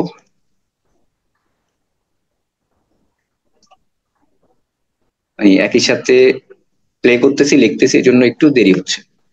তারপর দেখো দ্বিতীয়বার সে আবার ওদিকে যাচ্ছে, তাহলে এটা হচ্ছে দ্বিতীয় ভরবেগ, এটাকে ফাইনাল মোমেন্টাম বলতেছি আমরা। একটা ইনিশিয়াল বাংলা হচ্ছে প্রাথমিক, প্রাথমিক ভরবেগ, এবং ফাইনাল মানে সর্বশেষ ভরবেগ। তো এই দুটাকে যদি পার্থক্য করি, ঠিক আছে, এই দুটো ভরবেগ যদি পার্থক্য করি তাহলে কি দাঁড়াচ্ছে, একটু আগে তোমাদেরকে দেখাইছিলাম এদিকে যখন যাচ্ছে তখন আমি প্লাস ধরতেছিলাম, সো যেটা ছিল m b1, আর এদিকে যখন যাচ্ছিল তখন আমি মাইনাস ধরতেছিলাম m b2। ঠিক আছে, সো এই দুটার পার্থক্য আমি দেখবো এখন। তো m b1 এটা প্লাসের ছিল, তারপরে যেহেতু পার্থক্য করতে আমাকে মাইনাস করতে হবে, মাইনাস, তারপরে দ্বিতীয়টা ছিল মাইনাসের, এই যে দেখতে পারতো যে এখানে মাইনাসের, ওকে, মাইনাস m b2। ওকে, তো তাহলে কি হবে এখানে, এই এই মাইনাসে, ধরো একটু আমি কালারটা চেঞ্জ করি, এই মাইনাসে এবং এই মাইনাসে প্লাস হয়ে যাবে, তাহলে আলটিমেটলি এই দুইটা মিলে আমার প্রকাশ করবে প্লাস। তাহলে এখানে হচ্ছে m b1 আর এখানে হচ্ছে m b2 বলা যাই বলো, 2 বলে 1 বলে, তাহলে এই দুইটা যোগ হয়ে যাবে কি হবে 2mb। ঠিক আছে, সো ভরবেগ দ্বিগুণ আকারে বেড়ে গেছে। ঠিক আছে, যেটাই তোমাদের বইতে যে ম্যাথটা ছিল সেটা এটাই ইন্ডিকেট করে। ডিস্টার্ব করতেছিল না, ওকে। সো এই জিনিসটা একটু দেখো, যে একটা টেনিস বল, তার ব্যাগ ছিল এরকম, ঠিক আছে, এটা বি হচ্ছে 10, হ্যাঁ, তারপরে দেওয়ালে ছুড়ে দেওয়া হলে পরে এটি একই দ্রুতিতে, মানে এই দ্রুতিতে কি হলো, ঠিক দ্রুতি এবং ব্যাগের মধ্যে পার্থক্য তোমরা জানো, ঠিক আছে, এটা নিয়ে আমি আলোচনা করতেছি না। ঠিক তোমাদের দিকে ফিরে এসলো, হ্যাঁ, ওইটার বর ছিল 10 গ্রাম, সো তার ভরবেগের পরিবর্তন কত, তাহলে ওই যে যদি এদিকে যাচ্ছে তাহলে আমি বলবো যে m ইন্টু বি, অর্থাৎ m যদি 10 হয় 10 ইন্টু 10, 10 ইন্টু 10 ইকুয়াল টু 100।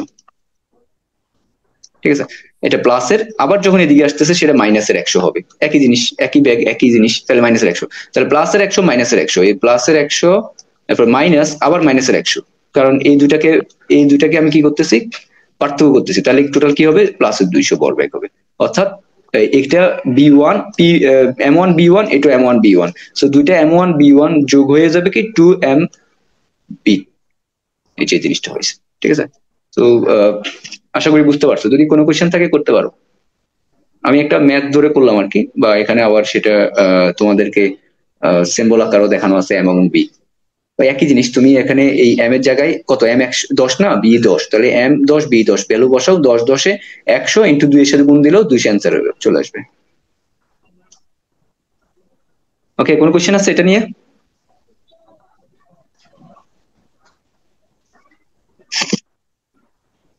তোমাদের ভয়েস শুনতেছি না, কোনো কোয়েশ্চেন আছে? স্যার সবাই বলো, কেউ বোঝে না বলো। কেউ বুঝে নাই? আচ্ছা স্যার মিম। আচ্ছা ঠিক আছে, ওকে, কেউ বুঝে নাই, সমস্যা নাই, আবার তাহলে আমি চেষ্টা করতেছি। এই এই স্লাইডটা বুঝছো, এটা বুঝছো, এটা যখন বুঝাইছিলাম, তখন বুঝছিলা, ভরবেগটা বুঝছিলা? হ্যালো হ্যাঁ স্যার। হ্যাঁ, ভরবেগটা বুঝছিলা? জি স্যার। ভরবেগ আবার দেখো, এখান থেকে আবার শুরু করতেছি, দেখো ভরবেগ হচ্ছে কোন বস্তুর ভর এবং বেগ এই দুইটা যখন গুণ দিব তখন সেটা হয়ে যাবে ভরবেগ, এবং তার একক গুলো, এটা কি কেজি, আর এটা কি, এই এককটা কি মিটার পার সেকেন্ড।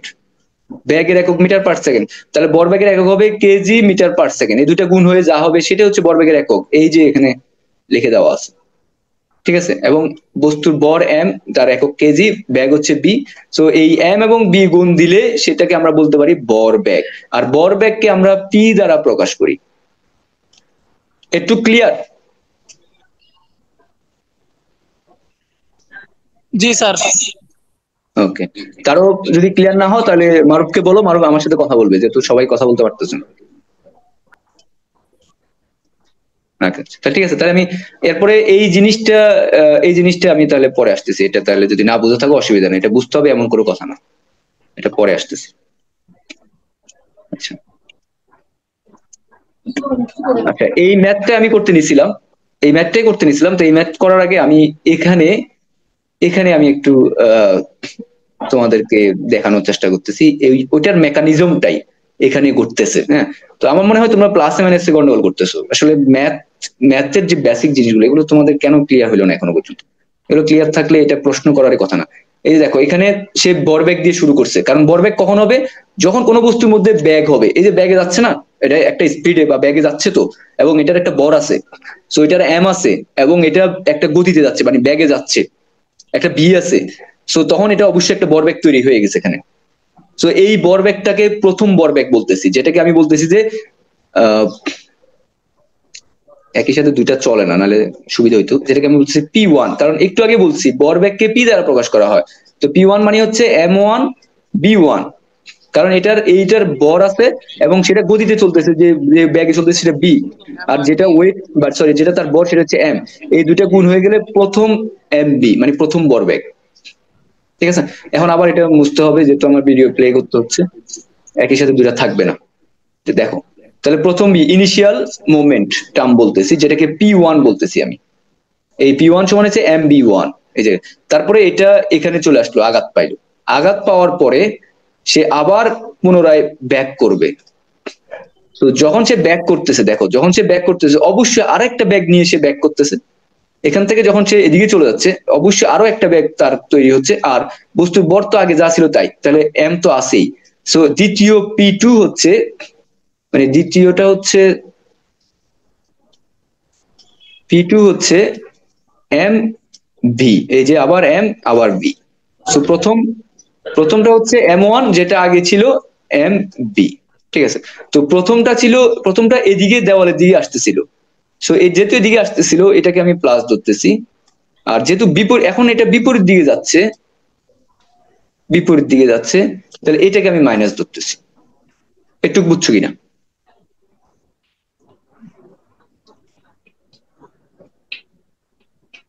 এখানে কোনো প্রশ্ন আছে কিনা?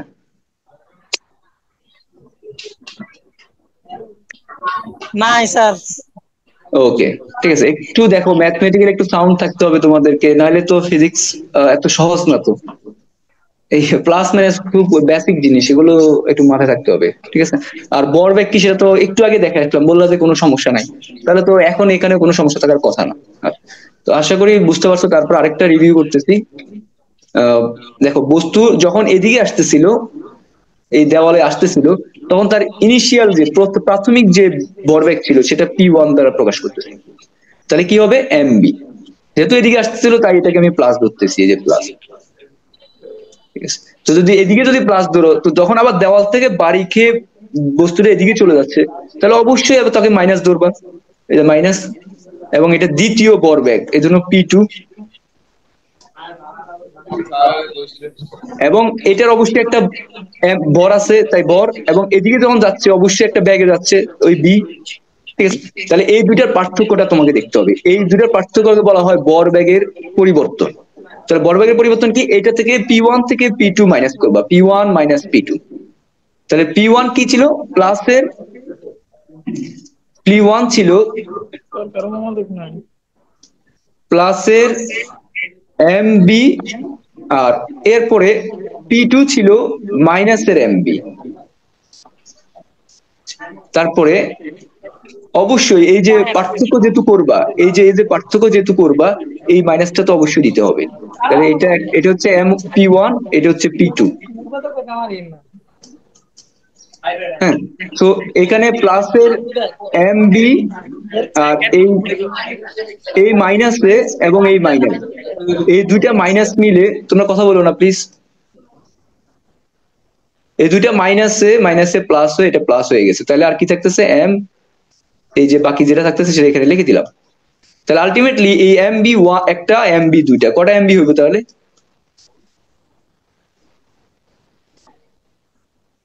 বুঝতে পারছো? জি স্যার বুঝছি। কারো কোনো কোয়েশ্চেন থাকলে করতে পারো।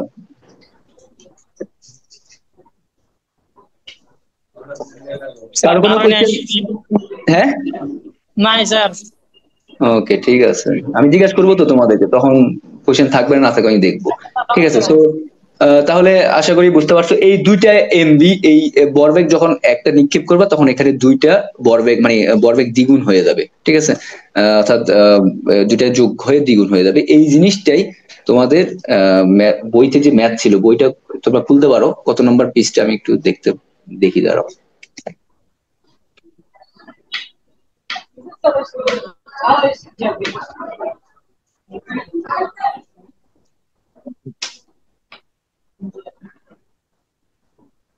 এই যেটা তোমাদের 72 পৃষ্ঠা যে ম্যাথটা ছিল সেটা। ঠিক আছে, এই যে ম্যাথটা ছিল এটাকে আমি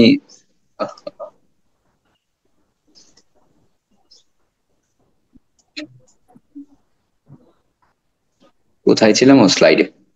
আচ্ছা, তো এখন দেখো এই এই এই ম্যাথটা একই ইন্ডিকেশন দিচ্ছে, একই একই রকম ম্যাথ, একই ধরনের।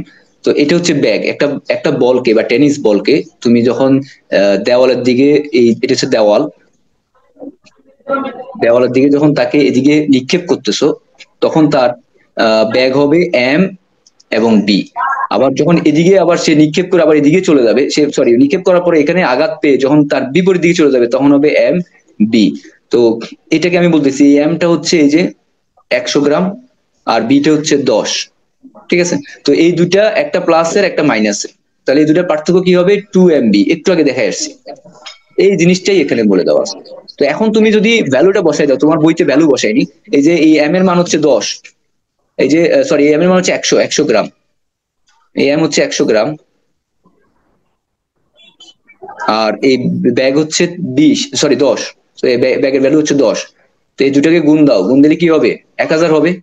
এই 1000 লগে আবার 2 গুণ আছে, তাহলে 2000 হবে, টোটাল অ্যান্সার হবে 2000।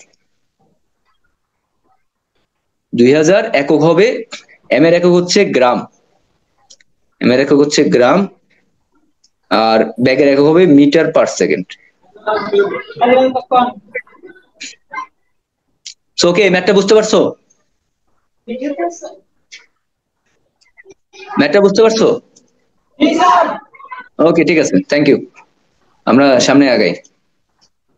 এরপর যদি কোনো কেউ না বুঝো তাহলে পার্সোনালি আমাকে হোয়াটসঅ্যাপে নক দিও। হ্যাঁ, আমি হোয়াটসঅ্যাপে দরকার পর্যন্ত তোমাদেরকে দেখাই দিব বা ওখানে কথা বলে বুঝাই দিব। আচ্ছা, হ্যাঁ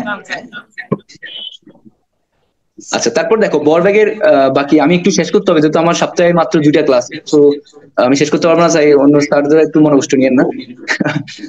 তোমরা যত দ্রুত বুঝবা তত দ্রুত আমি ছেড়ে দিতে পারবো তোমাদেরকে। ঠিক আছে, দেখো এই তোমরা কথা বলো না প্লিজ, কথা বলে তো আমি বুঝবো না যে কার সাথে কথা বলতেছো। মারুফ তুমি একটু বেশি কথা বলতেছো,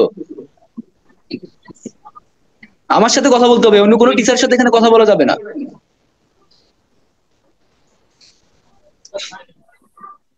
আচ্ছা দেখো, একটা বস্তু, এটার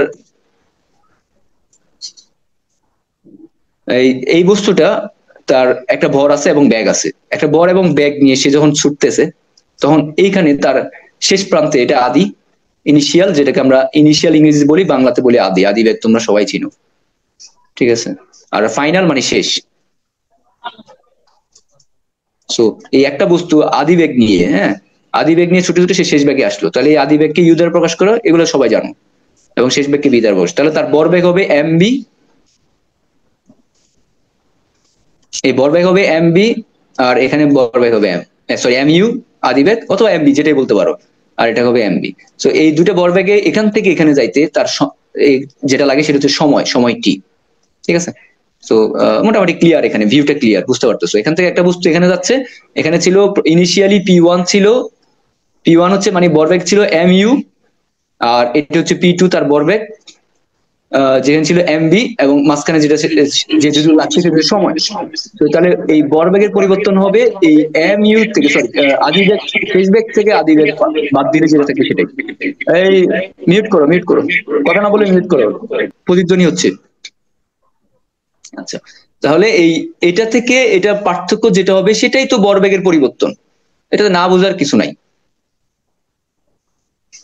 আবার বলছি দেখো, এই ভরবেগ থেকে এই ভরবেগ হচ্ছে mv, আর এই ভরবেগ হচ্ছে mu। ঠিক আছে, একটা আদি বেগ একটা শেষ বেগ যাই বলতে পারো তুমি, এটাকে ইউ না বলে একটু আমি যদি বি দিয়ে প্রকাশ করি, তুমি বি দিয়ে প্রকাশ করতে পারো। সো কনফিউশন হওয়ার কোনো দরকার নেই। ঠিক আছে, আপাতত বুঝতে গেলে এটা দিয়ে প্রকাশ করো। তাহলে এটা ছিল আদি ভরবেগ, এটা সরি এটা ছিল শেষ ভরবেগ, এটা আদি ভরবেগ। এই দুইটা যখন পার্থক্য হয়ে যাবে সেটাকে এই ভরবেগের, এটাকে বলা হয় ভরবেগের পরিবর্তন। আর পরিবর্তন হার যখন হবে, যখন সময় দিয়ে আমি ভাগ করব, তোমরা জানো সময় দিয়ে ভাগ করলে তখন এটা হয়ে যাবে পরিবর্তনের হার। ঠিক আছে, সো এই দুটা টার্ম সম্বন্ধে তোমাদের কোনো প্রশ্ন আছে কিনা? একটা ভরবেগ পরিবর্তন, একটা পরিবর্তনের হার। কোনো কোশ্চেন আছে? হ্যাঁ, আচ্ছা ওকে, ঠিক আছে। তারপরে এটা নিউটনের দ্বিতীয় সূত্র অনুযায়ী, নিউটনের দ্বিতীয় সূত্রর ভিত্তিতে, আমরা নিউটনের সূত্রগুলো এখনো কিন্তু দেখি নাই, এটা আমরা দেখবো। ঠিক আছে, এই টপিকটা শেষ হলে তারপর আমরা দেখবো। সো এই নিউটনের দ্বিতীয় সূত্র অনুযায়ী বলা হচ্ছে যে এই ভরবেগের যে পরিবর্তন, এই যে পরিবর্তনের হার, এটা প্রযুক্ত বলের সমানুপাতিক। তাহলে প্রযুক্ত বল কোনটা? এই যে একটু আগে বলটা নিক্ষেপ করছো হাত দিয়ে, যে বলটা তুমি অ্যাপ্লাই করছো, যেটাকে আমরা প্রযুক্ত বলি, ইংরেজিতে যেটাকে অ্যাপ্লাই বলি। ইংরেজিতে আসলে বলাটা সহজ, ইংরেজিতে অনেক কিছু খুব ভালোভাবে প্রকাশ করা যায়। সো প্রযুক্ত বলতে কি বোঝায়? অ্যাপ্লাইড, যেটা আমরা অ্যাপ্লাই করছি। সো অ্যাপ্লাইড বলটা মানে যেটা আমি হাত দিয়ে এই বলটা তৈরি করলাম, হ্যাঁ, আমার গায়ের থেকে হাত দিয়ে বল, একটু আগে ভিডিও দেখালাম না, একটা ব্যক্তি একটা বলকে হাত দিয়ে আঘাত মানে নিক্ষেপ করতেছে। সো এটা হচ্ছে প্রযুক্ত বল এফ।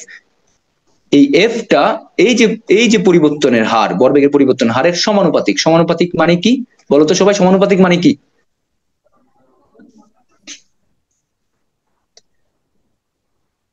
আনমিউট হয়ে বলো, সমানুপাতিক মানে কি?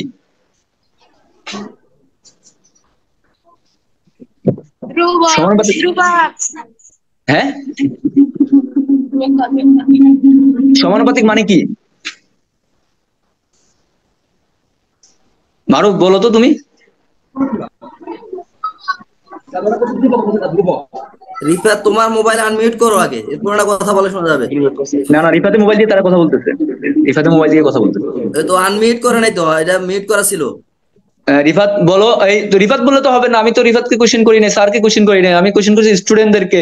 সমানুপাতিক মানে কি মিম বলো। রিফাত আনমিউট করো আগে। আনমিউট করে কথা বলো রিফাত। না না, মিউট তোমারটা, আনমিউট না। ও তুষারেরটা আচ্ছা, আনমিউট আছে।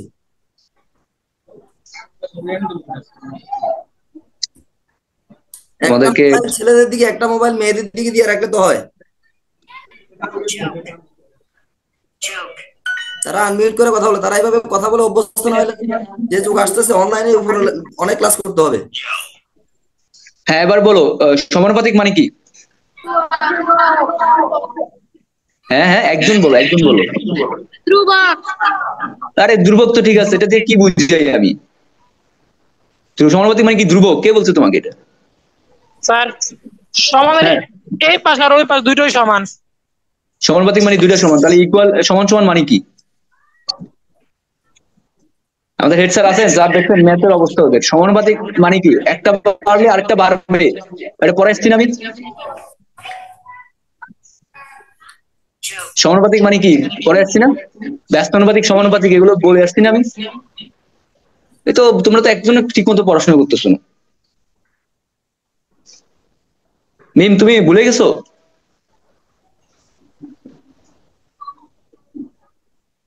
মিমের কাছে মোবাইলটা দেন তো।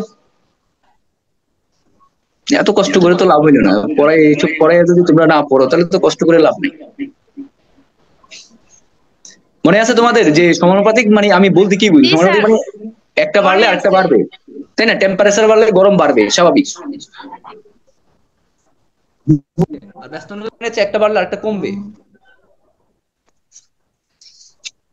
ওকে, সো এখানে বলা হচ্ছে যে প্রযুক্ত বলের সমানুপাতিক, মানে অর্থাৎ বল বাড়লে ভরবেগ পরিবর্তন হার বাড়বে। বল বাড়লে ভরবেগের পরিবর্তনের হার যেটা আছে সেটা বাড়বে। ঠিক আছে, এটা হচ্ছে নিউটনের দ্বিতীয় সূত্র থেকে বলা হচ্ছে যে ভরবেগের পরিবর্তনের হার, এই যে পরিবর্তন হার হচ্ছে এটা দেখা যাচ্ছে একটু আগে। আর যে বল দিয়ে আমি অ্যাপ্লাই করছি সেটা হচ্ছে এফ, যেটা দিয়ে যে হাত থেকে আমি বলটা নিক্ষেপ করছি, যে বল দিয়ে আমার শরীর থেকে আমি নিক্ষেপ করছিলাম সেটা হচ্ছে এফ। এই এফটা পরিবর্তনের সমানুপাতিক, বলবেগের পরিবর্তনের সমানুপাতিক। ঠিক আছে, তাহলে এই ইকুয়েশন থেকে আমি যেটা দেখতে পাই, এই ইকুয়েশন থেকে আমরা যেটা দেখতে পাই, এই সমানুপাতিকটা উঠে দেওয়ার জন্য এখানে একটা সমান সমান চিহ্ন, তার সাথে একটা ধ্রুব চিহ্ন, কনস্ট্যান্ট ভ্যালু লাগবে। ধ্রুবককে কনস্ট্যান্ট বলা হয়। তো কনস্ট্যান্ট ভ্যালু যেটাকে আমরা কে দ্বারা প্রকাশ করতেছি। তো এরপরে এই যে এখানে এম আর এখানে এম, এই দুটা কমন, এই দুটা কমন নিলে আর থাকতেছে বি আর থাকতেছে ইউ। তো এই বি আর ইউ আর নিচে টি, এবং বি বাই ইউ ব্যাগের পরিবর্তনের হারকে কি বলা হয়? ত্বরণ। তাহলে তাহলে অনায়াসে এই এম এর সাথে এই এমটা রেখে দিলাম একদম এ পর্যন্ত। তারপরে এই যে পরিবর্তনের হার সেটাকে আমি ত্বরণ বলতে পারি। আর কে সুন্দর মতো কে কে জায়গায় রয়ে গেছে। ঠিক আছে, আর এফ এর জায়গায় এফ রয়ে গেছে, সমান সমান চিহ্ন জায়গায় সমান সমান রয়ে গেছে। ঠিক আছে, যেখানে পরিবর্তন হচ্ছে সেখানে বলতেছি। তাহলে এখানে আর আমার এই যে কেটা ধ্রুবক, এটা যদি এক ধরা হয় তাহলে একক নিউটন বলে একক কেজি 1 মিটার ত্বরণ এক হবে। তো এটার ব্যাপারে আমি যখন আমরা নিউটনের যখন এগুলো ম্যাথ করাবো তখন দেখাবো। তো এই একক যদি বল হয় তাহলে এই কেটাকে উঠানো যায়, কে এর ভ্যালু 1 হয়ে যায়। তো তখন এই কেটাকে আমি উঠাই দিই, তাহলে আমার কে যখন বাদ পড়ে যাবে তখন আমার ফর্মুলা দাঁড়াবে শুধুমাত্র এম আর এ থাকবে, আর এখানে এফ থাকবে, F equal to M A. জনপ্রিয় ফর্মুলা এবং আজীবন মনে রাখতে হবে। ঠিক আছে, এটা নিয়ে তোমাদের ম্যাথ হবে। সো এই ফর্মুলাটা অবশ্যই লেখা রাখবা। তার আগে গতির অধ্যায়ে 4-5টা ফর্মুলা দিছিলাম, মানে সূত্র দিছিলাম, এখানে আরেকটা সূত্র অলরেডি চলে আসছে। ঠিক আছে, অবশ্যই এগুলো সূত্র, এগুলো মাথায় রাখতে হবে। হ্যাঁ, ভরবেগের পরিবর্তন হচ্ছে এটা, আর ভরবেগের পরিবর্তনের হার হচ্ছে এই সূত্রটা, আর প্রযুক্ত বলের সমানুপাতিক হলে F equal to M A. ঠিক আছে, 3টা সূত্র এখানে দিছি, এটা মনে রাখবা। আর তোমরা এইটাও একটা সূত্র ছিল, সেটা তোমরা গতির অধ্যায় শিখে আসছো। আচ্ছা, তারপর বলের একক। হ্যাঁ, তো F equal to M A হইলে বলের এককটা কি হবে দেখো। এম এর মান যদি কেজি হয়, এর মান যদি মিটার পার সেকেন্ড হয়, তাহলে এই দুটা গুণ দিলে যেটা আমি প্রকাশ করব সেটাকে বলবো যে নিউটন। ঠিক আছে, নিউটন, এই বিজ্ঞানী নিউটন এটা নিয়ে কাজ করছে, সেজন্য তার নামে এই নামটা দেওয়া হয়েছে। তাহলে কেজি, তারপরে হচ্ছে মিটার পার সেকেন্ড, এই তিনটা জিনিস গুণ দিলে যেটা পাওয়া যাবে সেটাকে আমরা বলতেছি একসাথে নিউটন বলবো। নিউটনকে ক্যাপিটাল এন দ্বারা প্রকাশ করব, আর নিউটনকে যদি আমি 1000 দ্বারা ভাগ করি তাহলে এটা চলে যাবে কিলো নিউটন। কিলো নিউটন লেখার ক্ষেত্রে সবচেয়ে সবাই ভুল করে এই জিনিসগুলো, স্মল কে আর ক্যাপিটাল এন কিলো নিউটন লিখতে গেলে, তোমার বইতে দেখবা। কিন্তু তোমার পরীক্ষা হলে ভুল করবা যে বড় হাতের কে দিবা এবং বড় হাতের ছোট হাতের এন দিবা। নো, সবকিছু লেখার একটা নিয়ম আছে। সো স্মল কে এবং ক্যাপিটাল এন, এটাকে কিলো নিউটন বলা হয়। নিউটন থেকে কিলো নিউটন যাইতে গেলে 1000 দ্বারা ভাগ দিতে হবে। তো আশা করি বুঝতে পারছো। বলের একক হচ্ছে তাহলে নিউটন, বলের একক হচ্ছে কিলো নিউটন। মনে রাখবা, বলের একক নিউটন, বলের একক কিলো নিউটন। ওকে, নিউটনের ভিতরে লুকায় কে আছে? নিউটনের ভিতরে লুকায় আছে কেজি আর মিটার পার সেকেন্ড। ক্লিয়ার? এখানে কোনো কোয়েশ্চেন থাকলে করতে পারো, নাহলে আমি সামনে আগাবো।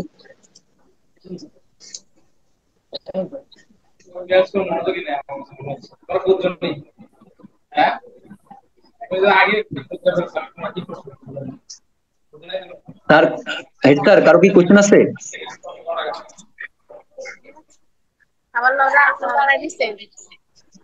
হেড স্যার, কারো কোয়েশ্চেন আছে? জি না স্যার। ওকে, ঠিক আছে, থ্যাংক ইউ। সবাই বুঝবা না, কিছু কিছু ক্ষেত্রে হয়তো একটু জটিল দাঁড়াচ্ছে, বুঝতে পারছি। তারপরে আমি আশাবাদী সবাই বুঝবা, একটু বাসায় গিয়ে দেখবা। দেখো আমি এটা দিয়ে দিব, তোমরা মোবাইলে এগুলো দেখে নিও। ঠিক আছে, আচ্ছা, এটার এখানে একটা ভিডিও আছে, আর জটিলতা যাচ্ছি না, আমি এটা স্কিপ করে যাচ্ছি। আচ্ছা, আমরা সূত্রের দিকে যাচ্ছি। মূলত আমরা সূত্রগুলো এস্টাবলিশ করতেছি, এবং সূত্রগুলো কিভাবে আসতেছে এটা যদি তুমি ধারণা রাখো, তোমার জন্য ম্যাথ সহজ হয়ে যাবে। স্যার, তারপরে ভরবেগের মধ্যে সংঘর্ষ যেটা থাকবে, এটা তোমাদের বইতে আছে। এটাও একটু দেখো, এখান থেকে দুটা ফর্মুলা মানে এস্টাবলিশড হচ্ছে, মানে দুটা সূত্র আমাদের এই করতেছি আমরা। এক নম্বর হচ্ছে, ধরো এই একটা বস্তু, এটাকে বলা হয় শক্তির সংরক্ষণশীলতার বা ভরবেগ এবং শক্তির সংরক্ষণশীলতা। তো এখান থেকে দুটা ফর্মুলা আসবে, এই 1 নম্বর ফর্মুলা, এই আটটা, দুটা একই, একদম খুবই সহজ। তারপরেও কেন জানি স্টুডেন্টরা এই পরীক্ষাতে এরকম ম্যাথ আসলে ভুল করে। একটু কনসেপ্টটা ক্লিয়ার হইতে হবে। দেখো, এই একটা বস্তু আর বি আর একটা বস্তু। তাহলে এই বস্তুর ভরবেগ হচ্ছে M1 B1, কারণ বর এবং বেগ গুণ দিলে এটা ভরবেগ হয়ে যায়। তাহলে এই বস্তুর ভরবেগ হচ্ছে এটা, আর বি বস্তুর ভরবেগ হচ্ছে রেড কালার যেটা দেওয়া আছে এটা।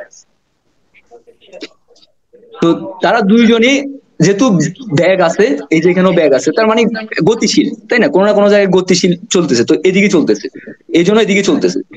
তো চলার কারণে একটা সময় তারা কি হয়েছে, দুইজনে আঘাত পায়ে, মানে দুইজনে সংঘর্ষ হয়ে একজন এদিকে চলে যাচ্ছে, এ আবার এদিকে চলে যাচ্ছে, বি আবার এদিকে চলে যাচ্ছে। এরকম হয় না? হয়, তোমরা কলম খেলো, ওই যে আমরা আগে ছোটবেলায় এটা স্কুলে খুব জনপ্রিয় খেলা ছিল কলম খেলা। এখনকার স্টুডেন্টরা খেলে না, আমরা স্যাররা অনেক এটার জন্য মারধরও করতো। কলম খেলতাম, ফ্রি টাইমে কলম খেলতাম, তখন কলম গুলো দেখবে যে এরকম একটার একটা বাড়ি খেয়ে একদিকে ওইদিকে, মানে ধাক্কা খেয়ে একদিকে আর চলে যাচ্ছে। তো এরকম আর কি, এ এবং বি দুটো বস্তু যখন একদিকে চলে, এদিকে ধাক্কা খেয়ে এদিকে আবার চলে গেল, বি এদিকে চলে গেল, তখন এ যখন আগের অবস্থায় ছিল তার ভরবেগ ছিল M1 B1, এখানে তার বি ভরবেগ ছিল M2 B2। তো এই দুটাকে আমি যোগ করলাম, ঠিক আছে? তারপরে যখন তারা ধাক্কা খেয়ে এদিকে চলে গেল, তখন তার ভরবেগ একটু চেঞ্জ হইতে পারে, মানে ভর একই থাকতে পারে বাট ব্যাগের একটু পরিবর্তন হতে পারে, এই জন্য এটাকে বি প্রাইম দিয়ে বুঝাইলাম, মানে একটু পরিবর্তন আসতে পারে, ঠিক আছে? তাই এই জন্য তাকে আলাদাভাবে দেখাইলাম। তো এই তখন তার ভরবেগ হয়ে গেল M1B'1, আর রেড কালার দিয়ে বি বস্তুর ভরবেগ M2B'2, ঠিক আছে? তাহলে তাদের এই এই এই দুটার ভরবেগ যোগফল যা হবে, এই দুটার ভরবেগের যোগফলও তাই হবে, ঠিক আছে? তাহলে এটার ভরবেগ হবে কি M1M2 প্লাস M2B2, আর এটার ভরবেগের হবে যোগফল হবে M1B'1 আর M2B'1, এই দুটার যোগফল। এই দুটার যোগফল এবং এই দুটা, এই সাইডের দুটার যোগফল অবশ্যই ইকুয়াল থাকবে। বুঝতে পারছো? অবশ্যই ইকুয়াল থাকবে। তো কোনো প্রশ্ন থাকলে করো, এই সূত্রের উপরে যদি কোনো প্রশ্ন থাকে করো। তোমাদের শুধু এই সূত্রগুলো মনে রাখতে হবে, যদি এই সিনারিও গুলো, এই মেকানিজম যেগুলো আমি দেখাচ্ছি, এগুলো যদি মনে রাখো, তাহলে সূত্র মনে রাখার কিছু নাই। হ্যাঁ, এই এই বস্তুর ভরবেগ আর বি বস্তুর ভরবেগ যোগ করবা, ইকুয়াল টু দিবা, ধাক্কা খেয়ে যখন তারা আলাদা আলাদা জায়গায় চলে যাচ্ছে, তখন এখানকার ভরবেগ আর এখানকার ভরবেগ যোগ করবা, মাঝখানে ইকুয়াল চিহ্ন দিয়ে দিবা, শেষ। ওকে, ক্লিয়ার? জি স্যার। আচ্ছা, তারপরে দেখো এ বস্তু এবং বি বস্তু, এটার ভরবেগ এটা, এই যে আগে যা ছিল তাই, এই অংশ আগে যা ছিল এখানেও তাই, ঠিক আছে? কিন্তু দেখো তারা তো ধাক্কাকে বিপরীত দিকে নাও যেতে পারে, তারা আবার একসাথে হয়ে একদিকে ছুটতে পারে। এখানে এখানে তারা সংঘর্ষ ঘটবে, এখানে তারা সংঘর্ষ ঘটবে, এখানে তারা সংঘর্ষ ঘটে, এই প্রথম পর্যায়ে তাদের সংঘর্ষ ঘটে এদিকে চলে গেল, আলাদা আলাদা জায়গায় চলে গেল। কিন্তু দ্বিতীয় পর্যায়ে তাদের সংঘর্ষ ঘটে তারা একদিকে চলে গেল, তখন তার কি হইব? এই যে এখানকার এই M1 এখানকার M2, এই দুটা যোগ হয়ে যাবে, যোগ হয়ে একই হয়ে যাবে, একই বস্তুতে পরিণত হয়ে গেছে। কিন্তু ব্যাগ কিন্তু আগের যে B1 ছিল B2 ছিল এরকম না হইতে পারে, ব্যাগটা পরিবর্তন হইতে পারে, ধাক্কাকে ব্যাগ কমতেও পারে বাড়তেও পারে। সো এই জন্য এটাকে BF দ্বারা প্রকাশ করলাম। সো তাহলে এই M1 M2 এর সাথে BF টা গুণ দিলে এখানকার বস্তু এই যে একসাথে হয়ে তারা একটা বস্তুতে রূপান্তরিত হয়ে গেছে, তার ভরবেগ পেয়ে যাব। M1 M2 মানে এই দুটো মিলে একটা ভর, আর BF হচ্ছে তার নতুন ব্যাগ। সো এই ভর এবং ব্যাগ যোগ করলে এই সাইডের যে ভরবেগ পাওয়া যাচ্ছে, আর এই দুইটা যোগ করে এই সাইডের ভরবেগ পাওয়া যাবে। এই দুটো অবশ্যই ইকুয়াল থাকবে, ঠিক আছে? কোশ্চেন থাকলে আমি কোশ্চেন নিব, তার আগে আমি তোমাদেরকে একটু একটা ভিডিও দেখাবো। দেখতে পাচ্ছ? এদিক থেকে একটা গাড়ি আসছে, তার M1B1 ছিল, আর এদিক থেকে আরেকটা গাড়ি যাচ্ছে, তার M2B2 ছিল, ঠিক আছে? তখন তারা যখন একসাথ হয়ে গেছে, একসাথ হয়ে এখান থেকে এখানে এই যে জায়গায় সংঘর্ষ হয়েছে, এই জায়গায় একসাথ হয়ে এদিকে চলে গেছে, একসাথ হয়ে গেছে, তখন তাদের এই দুইটার, এটার M1 এটার M2, এই দুটো যোগ হয়ে যাবে একটা M, এবং অবশ্যই এদিকে যাওয়ার পরে তার ব্যাগ একটু পরিবর্তন হবে, যে ব্যাগটা আমি বলতেছি BF, নতুন ব্যাগ, ঠিক আছে? তাহলে এই এই দুইটা, এইটা প্লাস এইটা যোগ করলে, অর্থাৎ M1 আর B1 প্লাস M2B2 যোগ করলে, এবং এখানকার যে M1 M2 আছে, এই দুইটা মিলে একটা হয়ে গেছে, এই জন্য তাদেরকে একসাথে রাখছি, ঠিক আছে? সাথে তাদের একটা এদিকে যাওয়ার পরে একটা ব্যাগ, নতুন ব্যাগ তৈরি হয়েছে, সেই ব্যাগটা আমি BF বলতেছি। তাহলে ভরবেগ হইতে গেলে ব্যাগ লাগবে, তো BF টা লিখলাম, ঠিক আছে? তাহলে দুই সাইডে দুইটা সিনারি লিখলাম, এই দুইটা অবশ্যই ইকুয়াল থাকবে। সো এই অনুযায়ী আমার ফর্মুলাটা রেডি হয়েছে।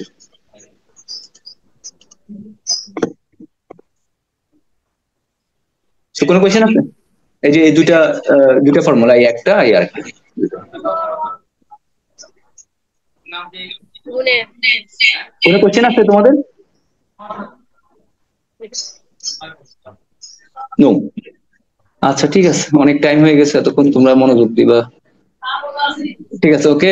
আমরা দেখো নিউটনের 3টে সূত্র আছে, একটু সামারি করে যাচ্ছি, এগুলো অন্য সময় আমি দেখাবো, তো আজকে অনেক টাইম নিয়ে গেছে। নিউটনের প্রথম সূত্র অলরেডি এই সূত্রগুলো নিয়ে আলোচনা হয়ে গেছে, দেখো আমি যখন জড়তা পড়াইছিলাম তখন প্রথম সূত্রটা অ্যাপ্লাই হয়ে গেছে। হ্যাঁ, তারপর একটু সামারি দেখাচ্ছি, তারপর শেষ করে দিচ্ছি, জাস্ট 2 মিনিট। স্থির বস্তু স্থির থাকতে চায়, আর গতিশীল বস্তু চিরকাল গতিশীল থাকতে চায়। এটা হচ্ছে নিউটনের প্রথম সূত্র, জড়তার সূত্র। ঠিক আছে, এটা আমি অলরেডি তোমাদের সংজ্ঞার মাধ্যমে জড়তা যখন পড়াচ্ছিলাম তখন দেখাই গেছে। ঠিক আছে, তারপরে দ্বিতীয় সূত্র হচ্ছে দেখো অ্যাপিকল টু এম এ, একটু আগে দেখাইছি, ভরবেগের পরিবর্তন হার প্রযুক্ত বলের সমানুপাতিক।